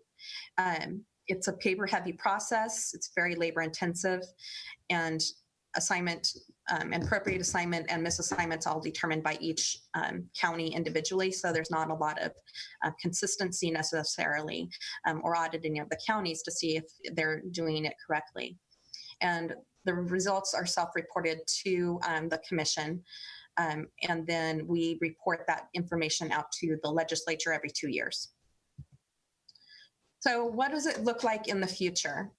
So in the future, the CalSAAS system is going to no longer include the Academic Performance Index. So those decile schools will not be monitored. The data that we get from the CalSAAS system, once the whole process is done between the counties and districts and reported to the commission, will meet federal reporting requirements. So under ESSA, CDE will be reporting the data based on the state plan for ESSA for California, they'll be reporting the data to the federal government. And then under your local control accountability plan, your LCAP, under priority 1, the number of misassignments are included there, as well as in the school accountability report card, they're also reported there. In fact, the definition for misassignment is in the Ed Code that responds to the SARC, the School Accountability Report Card. Okay. So in the future, we have currently 2 bills that are being proposed this year. So one is Assembly Bill 1219, in case you want to track it, and it's just been introduced. And it changes the process of identifying misassignments to one that's done through the CalSAAS system rather than each county, and takes away that whole paper monitoring process. It's done through a sharing between CDE's data and CTC's data. So our credential data at CTC is compared against the CalPADS data with course data included as well as other data. And it determines whether each course or other assignment, including services assignments, are an exception. Then it allows the district and county to have a real-time conversation through the CalSAAS system about any exception that comes out of the CalSAAS system. And then it ultimately decides what's an appropriate assignment from those exceptions and what's a misassignment. There is a monitoring authority, and that's usually the county. We'll talk about that in a minute more. There are designated timelines that will happen in the bill where things are due, statutory deadlines for all participants. They include charter schools for the first time. Right now, charter schools are not part of assignment monitoring, but under the new bill, all schools are monitored annually, not the 1/4 anymore. And then it's full transparency. We'll be publishing the results on our website as part of our dashboards. And then there is new security protections put in place. We no longer will use social security numbers. We'll use a seed number, they call it, and that's an identification number for all educators. So it protects the privacy of the teacher with new security measures. There's also a second bill. I forgot to mention what we call a budget trailer bill. Last year, we had 2 bills introduced also, an assembly bill once again and a budget trailer bill. The budget trailer bill allowed us to build the CalSAAS system, and then the other assembly bill was supposed to do what this one's going to do this year. And so there were concerns in the assembly bill on the cost of doing the system. And so this is going to provide information that we've already taken care of the cost and built the system. So hopefully we won't have any financial issues with this bill going forward. So this is a little slide that shows us basically the inputs and outputs of the CalSAAS system. So it shows up at the top that CDE has the CDE has the educator course data, and then on the bottom it has CTC with the educator credential data. Those two come together and are put into the CalSAAS system. And then it has an output of what we call exceptions, which are questionable assignments. Then the LEA, which is usually a district, reviews each exception that comes out, and they see if any of those exceptions, any of those questionable assignments may have some other reason why it's not really a misassignment. So there are things that we have like local assignment options, which happens within the education code. Those are local options, and so we wouldn't have them in the CDE or CTC system. So they would tell us through a drop-down menu which local assignment options being used. You could tell us it's a course setting. If it didn't get put in ahead of time in CalPADS, you can put it in afterwards in CalSAAS. So there are a variety of drop-down options, and as always, there's another option in the drop-down where you can type in why you think it's not really a misassignment. All of that is reviewed then by the monitoring authority. The monitoring authority is usually the county office of education. They're going to review the justifications that are provided by the LEA, and they make the final determination of whether it's a misassignment or not a misassignment.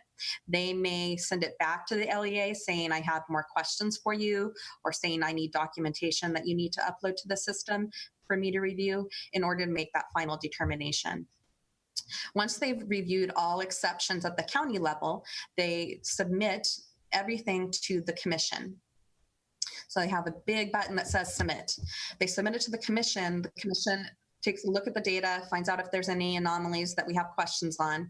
If everything looks good, we submit the results also, and that generates the reports for everyone.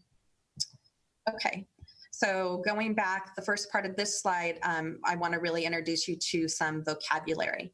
So this kind of shows the same things that we saw before, but we're using the words that the system really uses for you. So the system generates those exceptions when the two pieces don't match up and the credential data doesn't match up to the course data. It comes out as an exception. So those are potential misassignments or misassignments that are being questioned that the LEA has an opportunity to respond to. And then determinations is another big vocabulary area. And that is where the LEA has a right to justify why the exception came out and why they think it's still an appropriate assignment. And then it'll say up there at the top, MA user. So that's your monitoring authority user, which is usually your county, approves the determination, or they don't approve the determination and say, no, it's still a misassignment. They send that report to the commission. So there are roles and responsibilities and a user structure. So after CTC and CDE has shared their data, and after it puts in the CalSAAS system and generates that exception report, the LEA user has the opportunity to respond to the exception. So that's one type of role. So the LEA has one role, and it has both administrators and users to put in those justifications. Then you have the monitoring authority, the MA, and they have both users and admins. So users and admins occur at every level for every role. And then finally, you have your CTC users and admin. We have CTC users because the commission reviews those single district counties that we talked about. And in future, for state charter schools, the commission will also review those. And then we have administrators because we're allowed to go in and touch everything. So basically, we're the ultimate monitoring authority. So The administrators always assign new users. So if you're an LEA admin, you assign your LEA users. If you're a monitoring authority admin, you can assign your monitoring authority users. As the monitoring authority admin, you can also assign the LEA administrator. So you decide who is the administrator there at the LEA, and then the LEA administrator decides who their users are. So the administrator is also able to assign work assignments to their users. So if you have a lot of school districts and you have multiple staff working under you, you can divide up the work and assign specific districts or school sites to a particular user. And the same is true of the monitoring authority. They can assign something specific to their users. They don't have to assign anything. And if there's only one person at your site who's both the administrator and the administrator can do anything a user can do. So if there's one person, you're an administrator who's also a user. There is no limitation on the number of users, no limitation on the number of admin. If you have 2 administrators at your county office or at your district, you can have 2 administrators. I think I heard that LA Unified has something like 23 users. So we can accommodate all users, and it doesn't matter how many people are logged into the system at the same time at the same LEA or monitoring authority or across the state. Okay, so this is a picture of the roles and responsibilities and users that we saw. Over the top, we have the CTC administrator. We assign we invite the monitoring authority administrators, those county office folks, because we know who they are. They invite their user as well as the LEA admin. And then the LEA admin invites the LEA users. So that's part of the user creation process. They send an email with an invitation to their users who then register. Okay, so what are the roles and responsibility? We kind of already talked about this, but I wanted you to have it in bulleted out form. You have your LEA user, and they're working those exceptions that have been assigned to them by their admin. They might be monitoring charter schools if the new legislation passes, and if you're the chartering authority for that charter school. And you can see the various reports also that are associated with your district. So that is the LEA user and what they can see and do. The LEA administrator can assign users. They can assign permissions to those users. They can also work the exceptions. They can also monitor the charter schools. They can submit the charter school reports to CTC. Remember earlier I said the MA administrator submits the report ultimately to CTC. The exception would be if the LEA is the chartering authority. That's the one report they would submit to the commission. And then they can view all reports that are associated with your district and at the state level after the CTC confirms them.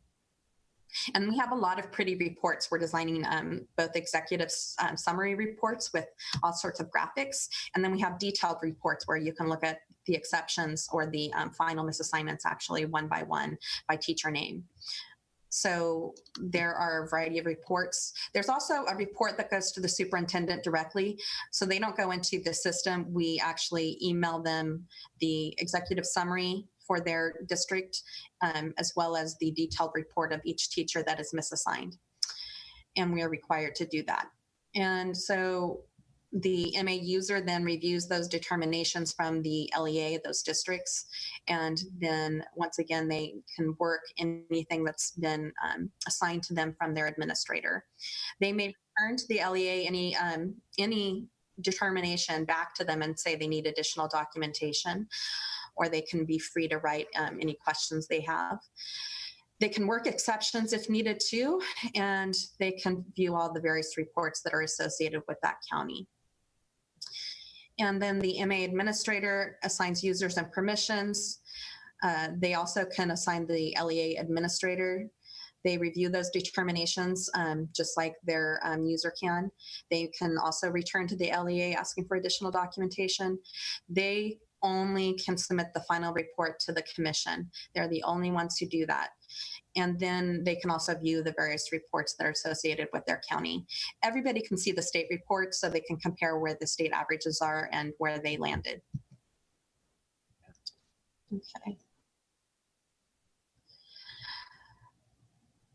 Okay, so there's really nothing new here that you're seeing other than what I've already said. It just gives you a different graphic. The one thing that's new about this is down below, you see that the LEA has 60 days to review the exceptions and make a determination on it. At the end of that 60 days, they're no longer allowed to make determinations, and the MA has an additional 30 days to review all determinations made by the LEA.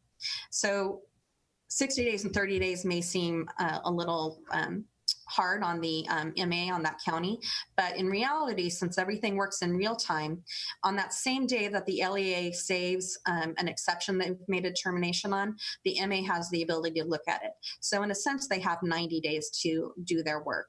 It's just they're given additional 30 days in case they have an LEA who waits until the last final day at midnight to do their work. Okay. So when is tomorrow? When does the new world start for you? So CalSAAS launches in the 1920 school year. We actually have some testers that we're inviting for the 18-19 school year. So we'll run the 18-19 data and have testers come in. If you would like to be a tester, and you are a school district, you need to work with your county, see if they want to be a tester. We have to have the counties and the districts together, both wanting to test, so that that communication can be going back and forth in the system. So contact your county, see if they want to be a tester with you, and then the county will contact the commission indicating they want to be a tester.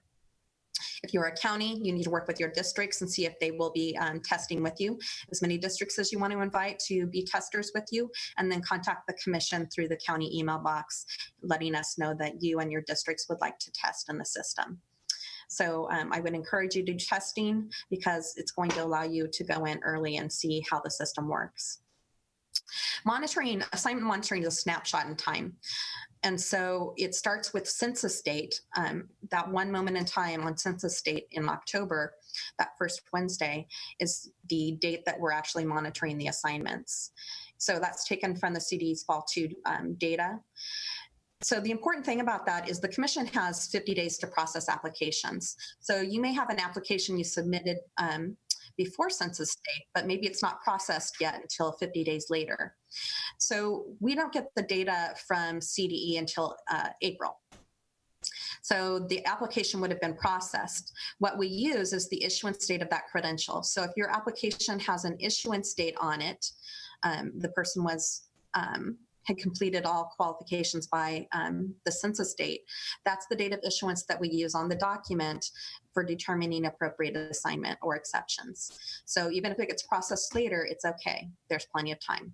We'll use the issuance date on that credential. So exceptions are going to be ready to be worked in the CalSAAS system sometime in April, depending on when we get the CDE's data from the Fall 2 data from CDE. So those will come to us some point in April. We only need a couple day turnaround time and it'll be loaded in the CalSAAS system at that point. And then the LEAs can begin their work that they have 60 days to finish. Okay. So what can you do to prepare for that 1920 school right now? So you want to find out, you want to take down the silos. If you as a credential analyst are not talking to your CalPADS person, or you as a CalPADS person do not know who your credential analyst in the district is, you need to start communicating with each other. Brandy went over with you some of the new attributes that are specific to assignment monitoring.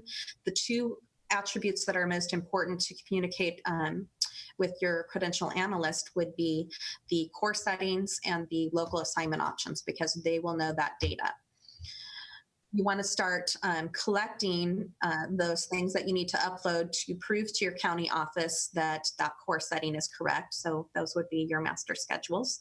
And then also the local assignment option, a lot of those require board authorization, so you'll need your board minutes to upload. You'll need to attend CalPADS training, which you're doing right now. You'll need to send queries if you have questions about hard to work assignments and you're not really sure whether that course setting is accurate or not, those questions can go to your county office of your district, and then the county office can contact the commission. Also, if you are finding problems with the CalPADS codes, you can contact CDE directly on that. I believe they have a CalPADS office. You want to, we talked about the justifications, determinations, where you want to collect your documentation and have that together before April. You want to sign up for testing so that you can have a chance to look at the CalPADS system before it's consequential. And then if you are the monitoring authority for a charter school, you should already be in communication with them, because the monitoring authority in law is required to periodically review the assignments and credentials at the charter schools. What the Ed Code doesn't do, it doesn't define what periodic means. So maybe your periodic schedule for review is once every 10 years or once every 5 years. I know a lot of counties that are chartering authorities may do them every year, same with the districts. It's up to you right now, but if the bill passes in the future, you're going to have to do every charter school every single year. So you might want to start partnering with them now, finding out who they are. Okay. So we're going to take a test drive of the new CalSAAS system. What I'm going to show you now is our wireframes, and it looks, and it functions, basically it's looking at how it functions, and it's going to look at the user interface experience. So the other thing I'm going to say before I show you, this changes literally weekly. This system is going to be built by July 1. And that includes all the testing will happen prior to July 1.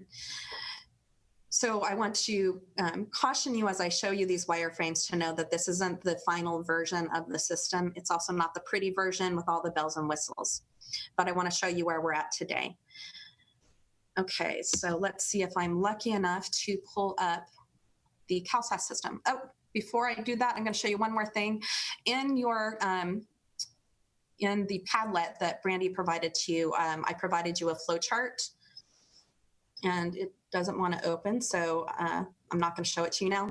But you can take a look at the Padlet and look up the flow chart that I gave you there, and it has swim lanes for each user and administrator for each role, and shows the responsibilities and actions they need to take. So it may be another visual way to look at what we did on the slides.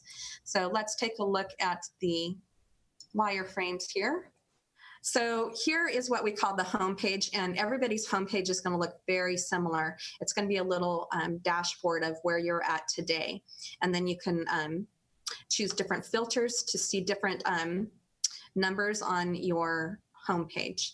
So you'll notice that we have on the left monitored data, and on the right we'll have not monitored data. So for every single school, for every single district, we give you all of the exceptions and for all of them. But right now, unless that new bill passes, it's going to only show those schools on the left under monitored that are monitored under that 1/4 or the decile schools that we talked about. So why did we build it showing you the not monitored right now? Because we have to build for the future also, because we only have the contractors here until July. So we need to build for both now and in the future. You can ignore the not monitored, or it could be a helpful way for you to, as the monitoring authority of your charter school, kind of look at the chartering authorities. Every single one of these underlined blue things that you see here, like if I want to go to all of the monitored that have been determined by my LEAs, I can click on determined and go straight to the determined exceptions. I can look at those that are undetermined still by the LEA. And I want to actually stress this to you. As an LEA, as that district, if you do not go through and make a determination on each assignment, then anything that's been undetermined, anything that's not been worked as an exception automatically becomes a misassignment. So at the end of that 60 days, they automatically transition to a misassignment if you have not worked them. So you kind of want to work them. So then it looks at all the common reasons, that drop down I talked about for determination. So how many have been said that they're an appropriate assignment? How many have been said to be misassigned? How many are core assignments, core setting assignments, short-term waivers, local assignment options, vacancies? A vacancy on census date is a misassignment. And then there's other, of course, where you're going to type in your response. Once again, you can go to all course setting assignments by clicking on the course setting hyperlink here. Up at the top, you have 2 ways to navigate. We took all of your main work here and we put them into tabs. So right now for the MA administrator, I can go, if I'm an MA user, I can just go to those districts that have been assigned to me to work. As the MA administrator, I can work all of them. But as a user, I can look at what work has been assigned to me. And I can also look at all districts. I only have edit function as a user of those that have been assigned to me, but I can have read access to all districts in case there's questions that come from your districts, let's say over the phone, you're going to be able to look at all the records and answer them. Up here, I can navigate back to my dashboards. I can look at my exceptions inside of a detailed report. I'm going to go there now. So it has information on the last name and first name of the educator. It has their seed number. It has the CDS code. So that's your county district school code that tells you what school they're teaching at, and district and county. Then I'll give you the school name. We didn't do the county and district name. We're hoping that you know your own county and district codes. We're trying to make it so you don't have to scroll too much. It'll have what the current status is of it, whether it's been worked or not worked. It'll have the course assignment code from CDE. It'll have the subject area for that code. It'll have the determination that the LEA has put in. It'll have, this is where we have the review part of the MA. So we're on the MA admin page. So there might be comments in the MA that the MA user or admin have put in on that assignment. It'll show the last time that a record was modified and the date that it was last modified, so I know who touched it last. Up here, I can say I want to review all of the exceptions that have been determined, and it'll show the number of exceptions I have for review. And it'll say I want to update the exceptions. So, and once again, it'll show the number I want to update. Kind of more, I function more by filters than I do by tabs. So I can filter for just those schools that are monitored, so I don't see the unmonitored ones. I can look at just course settings. I can look at, because I may want to ask the LEA for documentation on the ones that are course settings. It may say that an LEA action is needed. So if I returned the exception back to my LEA and said I need documentation, you can look at those where the action is still waiting on the LEA, so that if you want to send a message to that LEA, kind of nudging them about where action is needed, you can do that through the CalSAAS system. So there's a spot in the system where you can send messaging or notification to multiple users or to just a single user. So once again, you have monitored and not monitored here.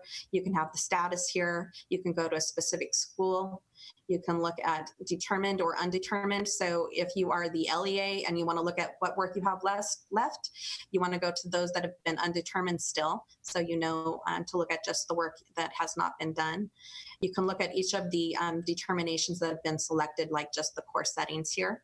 So there's a lot of filters to help you kind of fine tune where you're working at. You can also have the search engine up here. So if you have a specific teacher that you want to look at, you don't have to go scrolling through. You can just type their name in. If you have a specific school you want to look at and you didn't do your filters, you can type in the school name here, or even a seed or CDS code. So you have the ability to search. The other things that you'll have up here that I'm going to mention is that TPSL data. So those teaching permits for statutory leave, which is basically a long-term sub for teachers who are out on mandatory leave. We collect the data here, so that's where that is. And then there are some misassignments that may not have been caught as exceptions that are reported to the county, like if a 30-day sub goes beyond their time frame.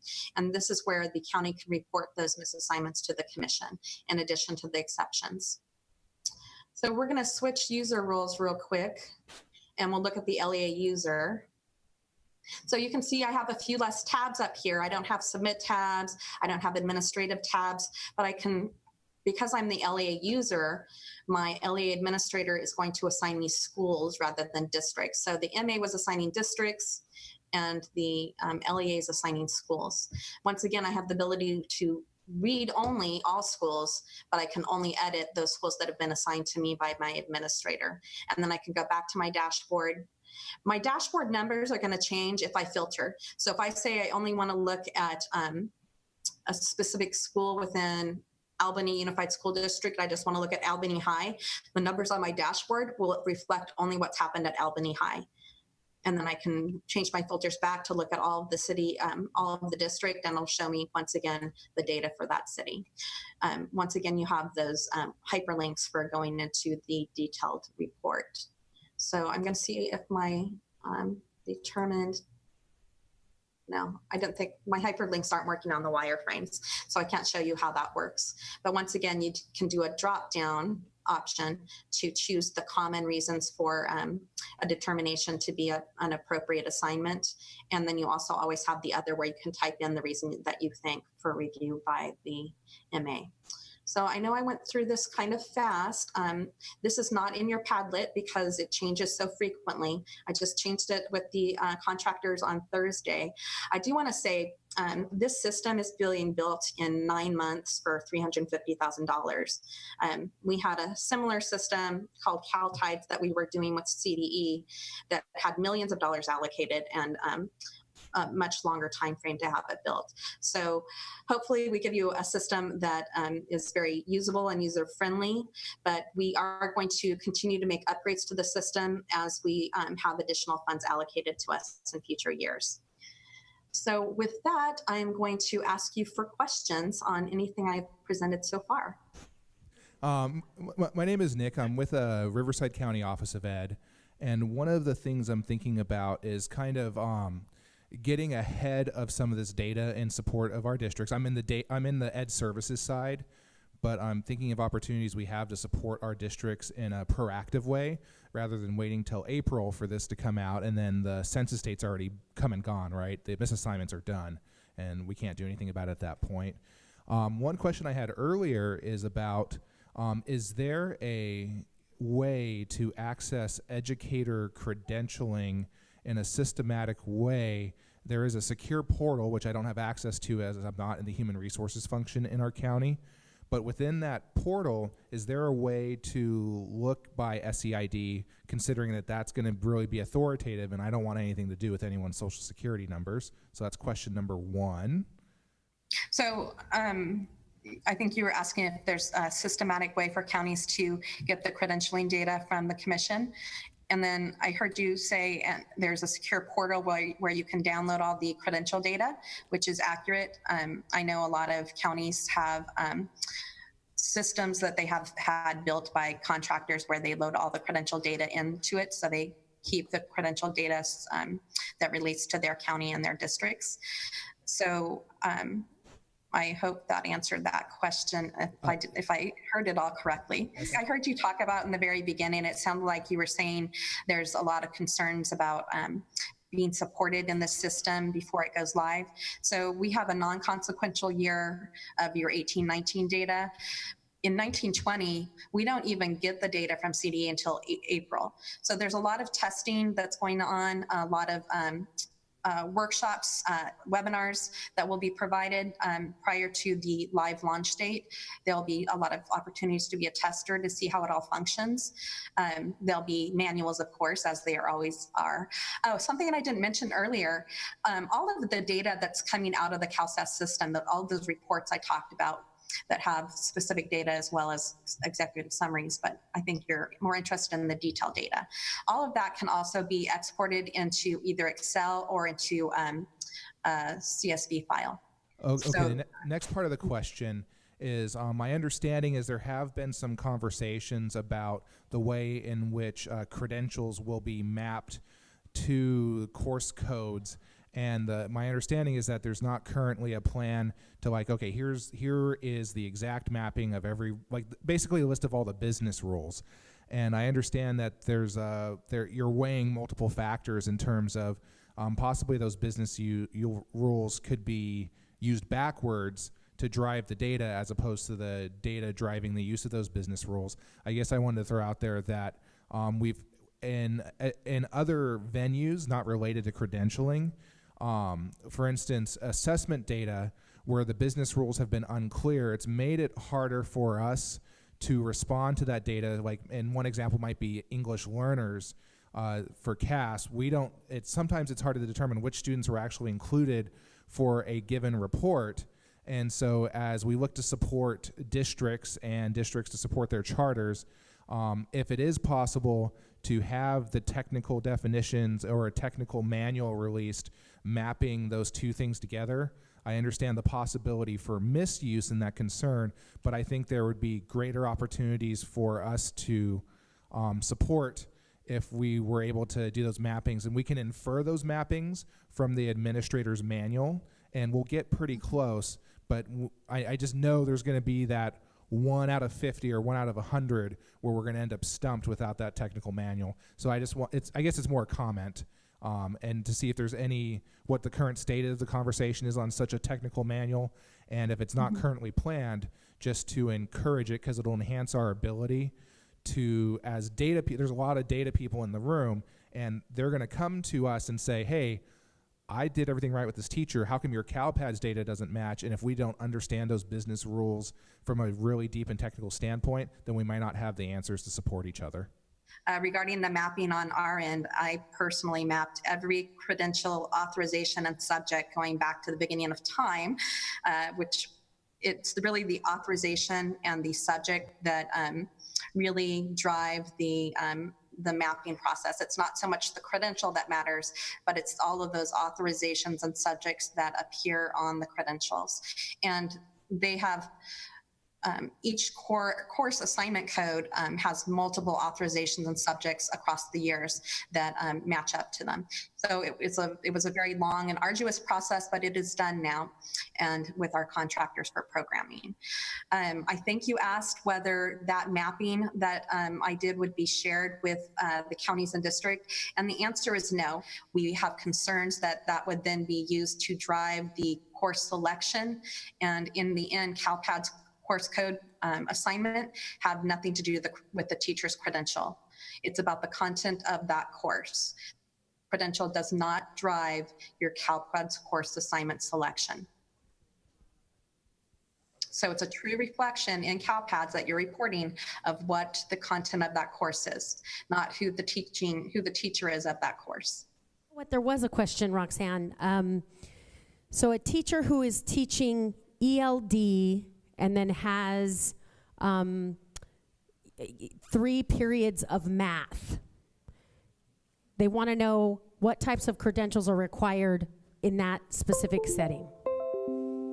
Okay, so I'm assuming that when you're asking that, they're teaching departmentalized ELD for 2 periods a day, and then for 3 periods a day, they're teaching a math class. That's what I understood. So are we asking about at the middle school or at the high school? So the person who asked that question, I can't remember who it was. They might not be here anymore. Okay, I'll answer both ways. I think it might be middle school. So if I was at the middle school, they would need to, for departmentalized ELD, they would need to have an English learner authorization that covers designated or departmentalized ELD. And so current teachers coming out of programs right now do not have a authorization to teach that class. Prior credential holders did have an authorization. Those people coming out of the program now have to go through additional preparation to teach ELD. So you have to look at the EL code. I'm actually releasing a coded that talks about that, but we also have a leaflet on English learners, and it has a chart in there telling you which codes are authorized to teach ELD and which ones are only authorized to do CDE.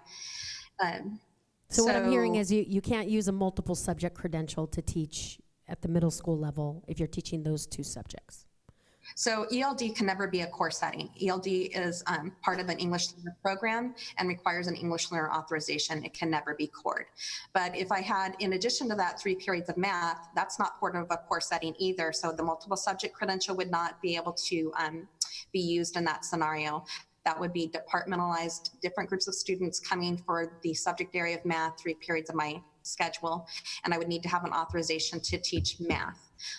If I'm a holder of a multiple subject credential, I can teach, and I had a supplementary authorization in math, then I can teach math in grades 9 and below. So that would be the only way the multiple subject could be authorized. If I'm a single subject teacher and I have a single subject in math or a supplementary authorization in math, I could teach those 3 periods of math. If I have an authorization on my credential, such as ELA 1 or a CLAD certificate, I could then teach, or a BCLAD, I could then teach those ELD classes. If I have one of the newer authorizations, I cannot teach the ELD. You can put me on an emergency CLAD permit, and then I can work on getting the full authorization. So there's a lot of options for at the beginning of the school year, when you have that teacher where you're going to have them do like departmentalized ELD, or you're going to have them teach math and they don't have the credential. There are emergency permits for that. And those emergency permits, in order to have them work, you need to have them then within that year start working towards the full authorization. And so as long as they're making progress, they can renew that permit. So we have a general education limited assignment permit, for example. Also, those local assignment options would be something you need to do at the very beginning of the year with that first board meeting. That's another way to authorize the assignment if they don't have the credential. I think we're out of time now, so I'm going to wrap it up. I hope this was helpful to you. There will be further webcasts in the future and more training. So Okay. Thank you, and I'm done. Yeah, I think just those 16 scenarios for that one course thing is the reason that it's going to be hard to just do that mapping that you're asking for. Okay.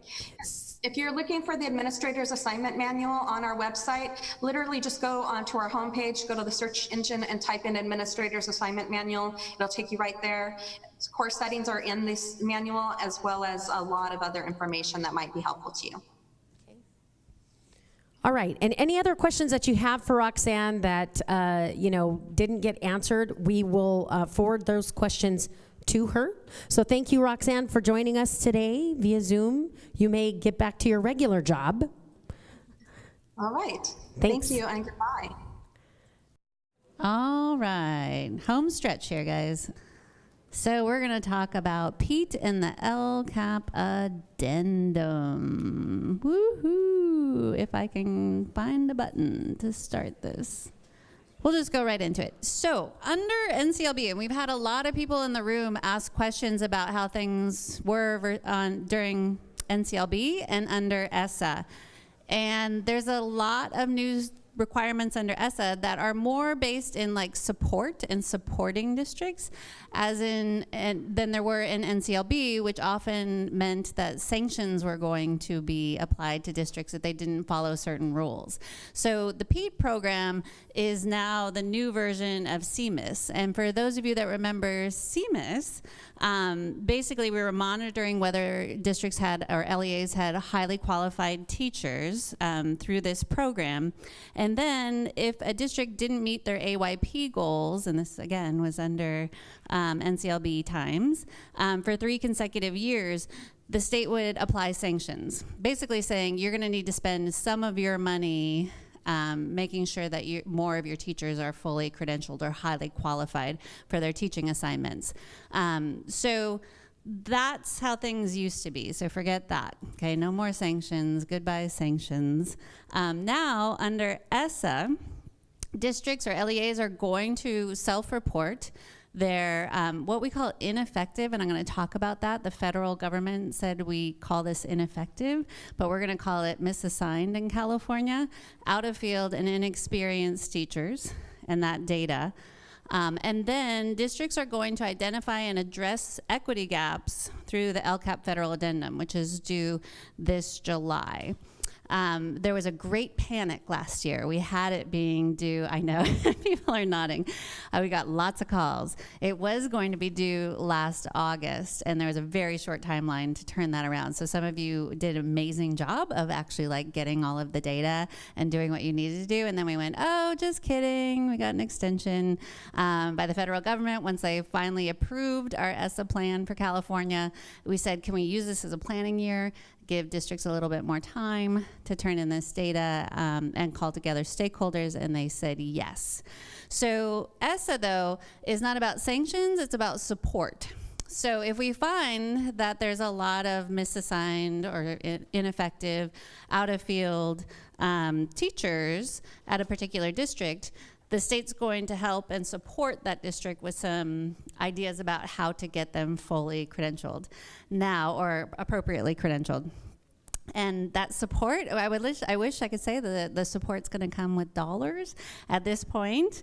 It's not, but it's coming with resources. So this is the ESSA section that requires LEAs to describe how they'll identify and address any disparities that result in low income and minority students being taught at a higher rate by ineffective, inexperienced, or out-of-field teachers. So when you read it online, and there's other pieces to the LCAP addendum, right? It makes it seem like only Title I schools or schools that accept Title I funding are going to need to do this. I will tell you right now, it may be all schools. It looks like there's kind of a ruling by our state board lawyer that it's actually all schools that is gonna have to report this information in the LCAP federal addendum. So again, we got 2018 and 19 as a planning year. The submission date is July 1, 2019. I feel for you all because it's going to be a lot of work. But when you're doing the work, just remember that I have like a 3-person office and we have to read all of them.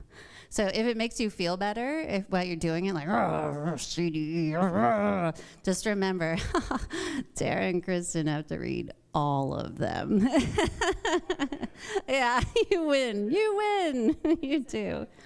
Oh, by when? Oh, I think we have until mid-August, I think, to read them all. I think that's what they, I thought you said I win. Winning. Okay. And then I have the link here to the LCAP addendum site, and there's other information, like I said, that other divisions in CDE will be collecting.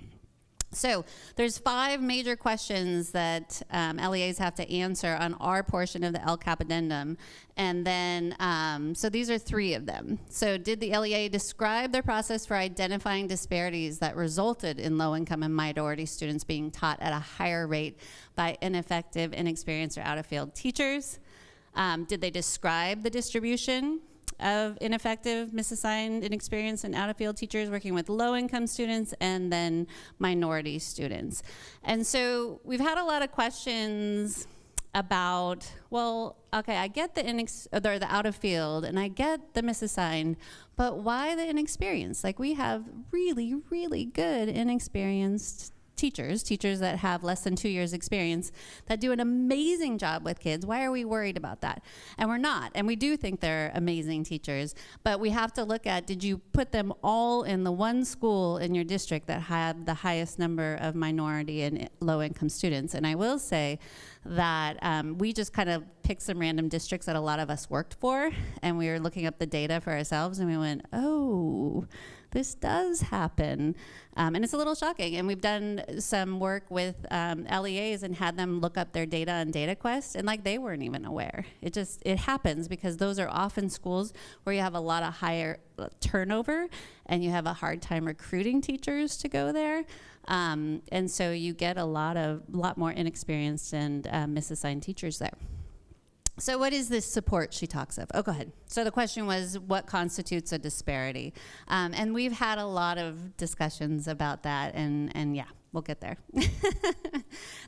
We tried to figure out a way you could calculate it. We were sitting and saying, okay, let's give them step-by-step instructions to calculate it. And then somebody would go, wait, no, that's not right. And so we're gonna rely a lot on you actually to determine that. So we have support on our website, our PEAT website, for analyzing the actual data, for completing the LCAP federal addendum, for conducting a root cause analysis, which is something that we suggest that you do. So we had this disparity, so what caused it, and then working with stakeholders, which is actually required in the law and required as part of the LCAP addendum, that you tell us how you engage stakeholders in that process, okay? So the first part, and I'll go to the website and show you this once I get through the slides, we have all the definitions for all the terms that I've been using, and I'm going to share those with you in a moment. We also have these step-by-step instructions, how you can go to DataQuest and look up your minority enrollment, your low-income enrollment, your number of teachers that are inexperienced, and a little bit more about your teacher workforce. It is a very slow process to do it that way, and as I've learned from my data friends, there are much more effective ways for you to pull this data at your district. We were just saying, if you were a really small district, or you didn't have, if you're one of those like the superintendent, is the HR person, is the bus driver, is the janitor, and you do need to utilize DataQuest, there's ways for you to do that.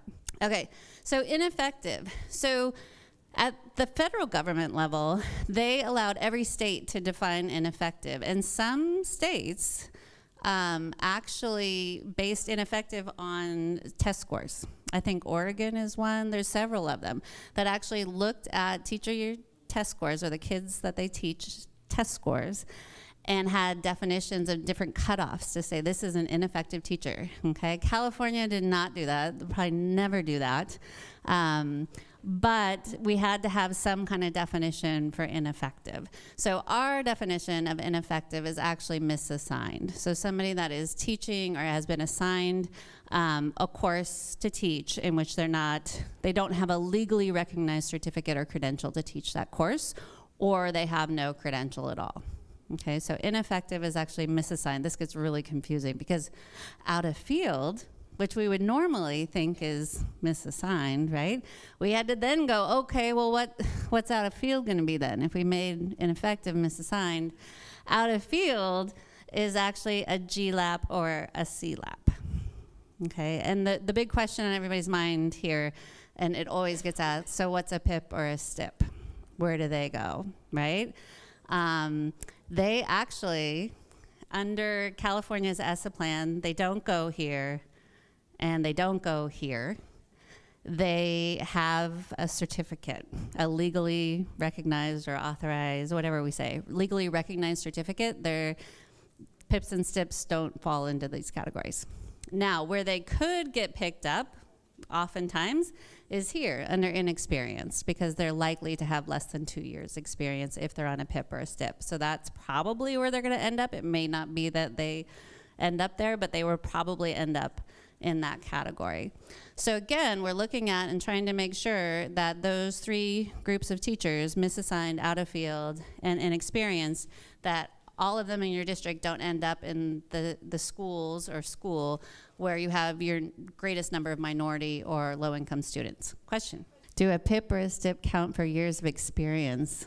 The way we calculate inexperienced in CalPADS, so it's something you're already submitting right now, right? So it's the number of years in a certificated position. So we collect two data elements in CalPADS. One is, tell me how many years the staff member has been in a certificated position in the district, and then how many years have they been in a certificated position altogether, cumulative, right? So we're not actually looking how they're in that teaching assignment. It's just whether or not they've been in a certificated position. That's how we're calculating inexperienced. And so anybody with less than 2 years experience is counted as inexperienced. Okay, so a minority student and low income student, the definitions are here for both of those. Student that is American Indian, Alaska Native, Asian, African American, Filipino, it goes on and on and on. That is considered a minority student, which in California, we're a minority majority state, but this is still the definition of minority student. And low income student is any student that is eligible to receive free or reduced lunch, or free or reduced meals. Those are those definitions in our ESSA plan. Okay, so on the website, which I will show you, we also have a bunch of data tables that you can use. Again, if you want to do the paper, pencil method and going into DataQuest and finding all of your data, which I'm sure you have a better way of doing that, but at least if you look at the data tables, it'll give you an idea of how we're recommending you collect that data and analyze it and look at it as a district. The last two questions that have to be answered for the LCAP federal addendum, for our portion of it anyway, is how did you engage stakeholders in the process for identifying strategies and addressing disparities. So once you find them, if you find them, I should say, then you have to engage stakeholders and come up with ideas like what caused them in the first place in order to figure out how you're going to remedy them. How are you going to close what we call those equity gaps? And then what actions will the LEA take to address those disparities that you found during the data analysis? So what are we going to do? We're going to make sure that this person gets put on a course to get the accurate credential or the credential that they need. We're going to fund, We're just going to make sure we're going to do things to retain good teachers, because if you can retain those good experienced teachers, you're not going to have a recruitment problem, right? If they stay in your district necessarily. Those two things are very, very linked. So we have a lot of resources on retention strategies and recruitment strategies as well. So then, and this isn't up yet, but we're hoping in the next week or two it will be up, we're going to have directions for conducting a root cause analysis, and a lot of districts do this anyway for their LCAP, and they engage stakeholders for their LCAP pieces. So these may be things that you may or may not want to use, but they'll be there for your use, instructions on how to do that. And then also, we have some ideas for potential root causes. So if you're just stumped, like, why is this happening? We have no idea. We have a lot of ideas of what caused these inequities in other districts throughout California that you can take a look at.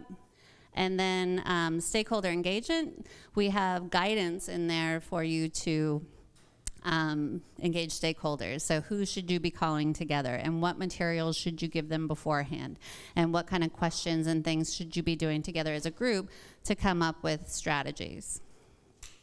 And then we have a section that are resources for strategy development, and this is all research-based stuff on how to recruit teachers that stay with you in your district, and then how to retain them as well. So good recruitment and retention strategies that we'll be adding to. And that's what I want to say is, if you visit this site, again, we have two pieces that still need to be added, but we're going to be adding to it over time as well. So please check back to see if we've added additional strategies that may be helpful for you. Yes, but I want to show you the site if you want to go to it. So the best way to find anything on our CDE website is to just use this search. Yeah, use Google. It's so much more effective. So our website is www.cde.ca.gov. And once you get there, the best way to find this would be to just put PEAT, which is the Promoting Equitable Access to Teachers, in the search, or LCAP Addendum, but you're going to get a lot of other LCAP Addendum stuff. So sticking PEAT in there would be a good idea. PEAT, so Promoting Equitable Access to Teachers. So we have a whole overview of what the program is, these trainings that we're conducting, because we consider this part of the PEAT and CalPADS progress, so we both have this up on our sites. These are all the other trainings that we're going to be doing in the next few months are listed there, and how to get to registrations. And then here is where you're going to find the LCAP criteria and guidance, and step 1 and 2, which are the things I talked about, how to collect data here, and our equity definitions that I went over with you are in there. Okay, here they are. So all of the ineffective and everything. So if your LCAP person couldn't come today, we're just asking you kind of to go back and be the ambassador and say, hey, there are some resources there you might want to check out. Here's your data instructions. I'm not going to open all these, it takes too long. And step 2, these are all of the charts to collect your data about out-of-field, inexperienced, and ineffective / misassigned teachers. They're there. And then here, step 3 and 4, like I said, next week we should have the root cause analysis stuff there and the stakeholder engagement piece there as well for you. So any questions on LCAP Addendum? I don't think I answered the one on the disparities. But we did have some situations where somebody said, well, I'm a one school district. How can I have any disparities? I have nothing to compare myself to. And I said, no, yeah, you don't. You're good there. There's no number. There's no percentage, you know, to... We've had that, yeah, is it really a disparity was the question. If we had 0 misassignments at one school and 1 misassignment at another school, I mean, I think I would type something in there and just say, you know, we don't consider this to be an incredible disparity. However, this is what we want to do for that one person that's the misassigned person, so that you're not just like blowing it off and NA. I would say that in there for sure. Thank you so much. Thank you to Tulare County Office of Education for hosting us. We will see you guys again real soon.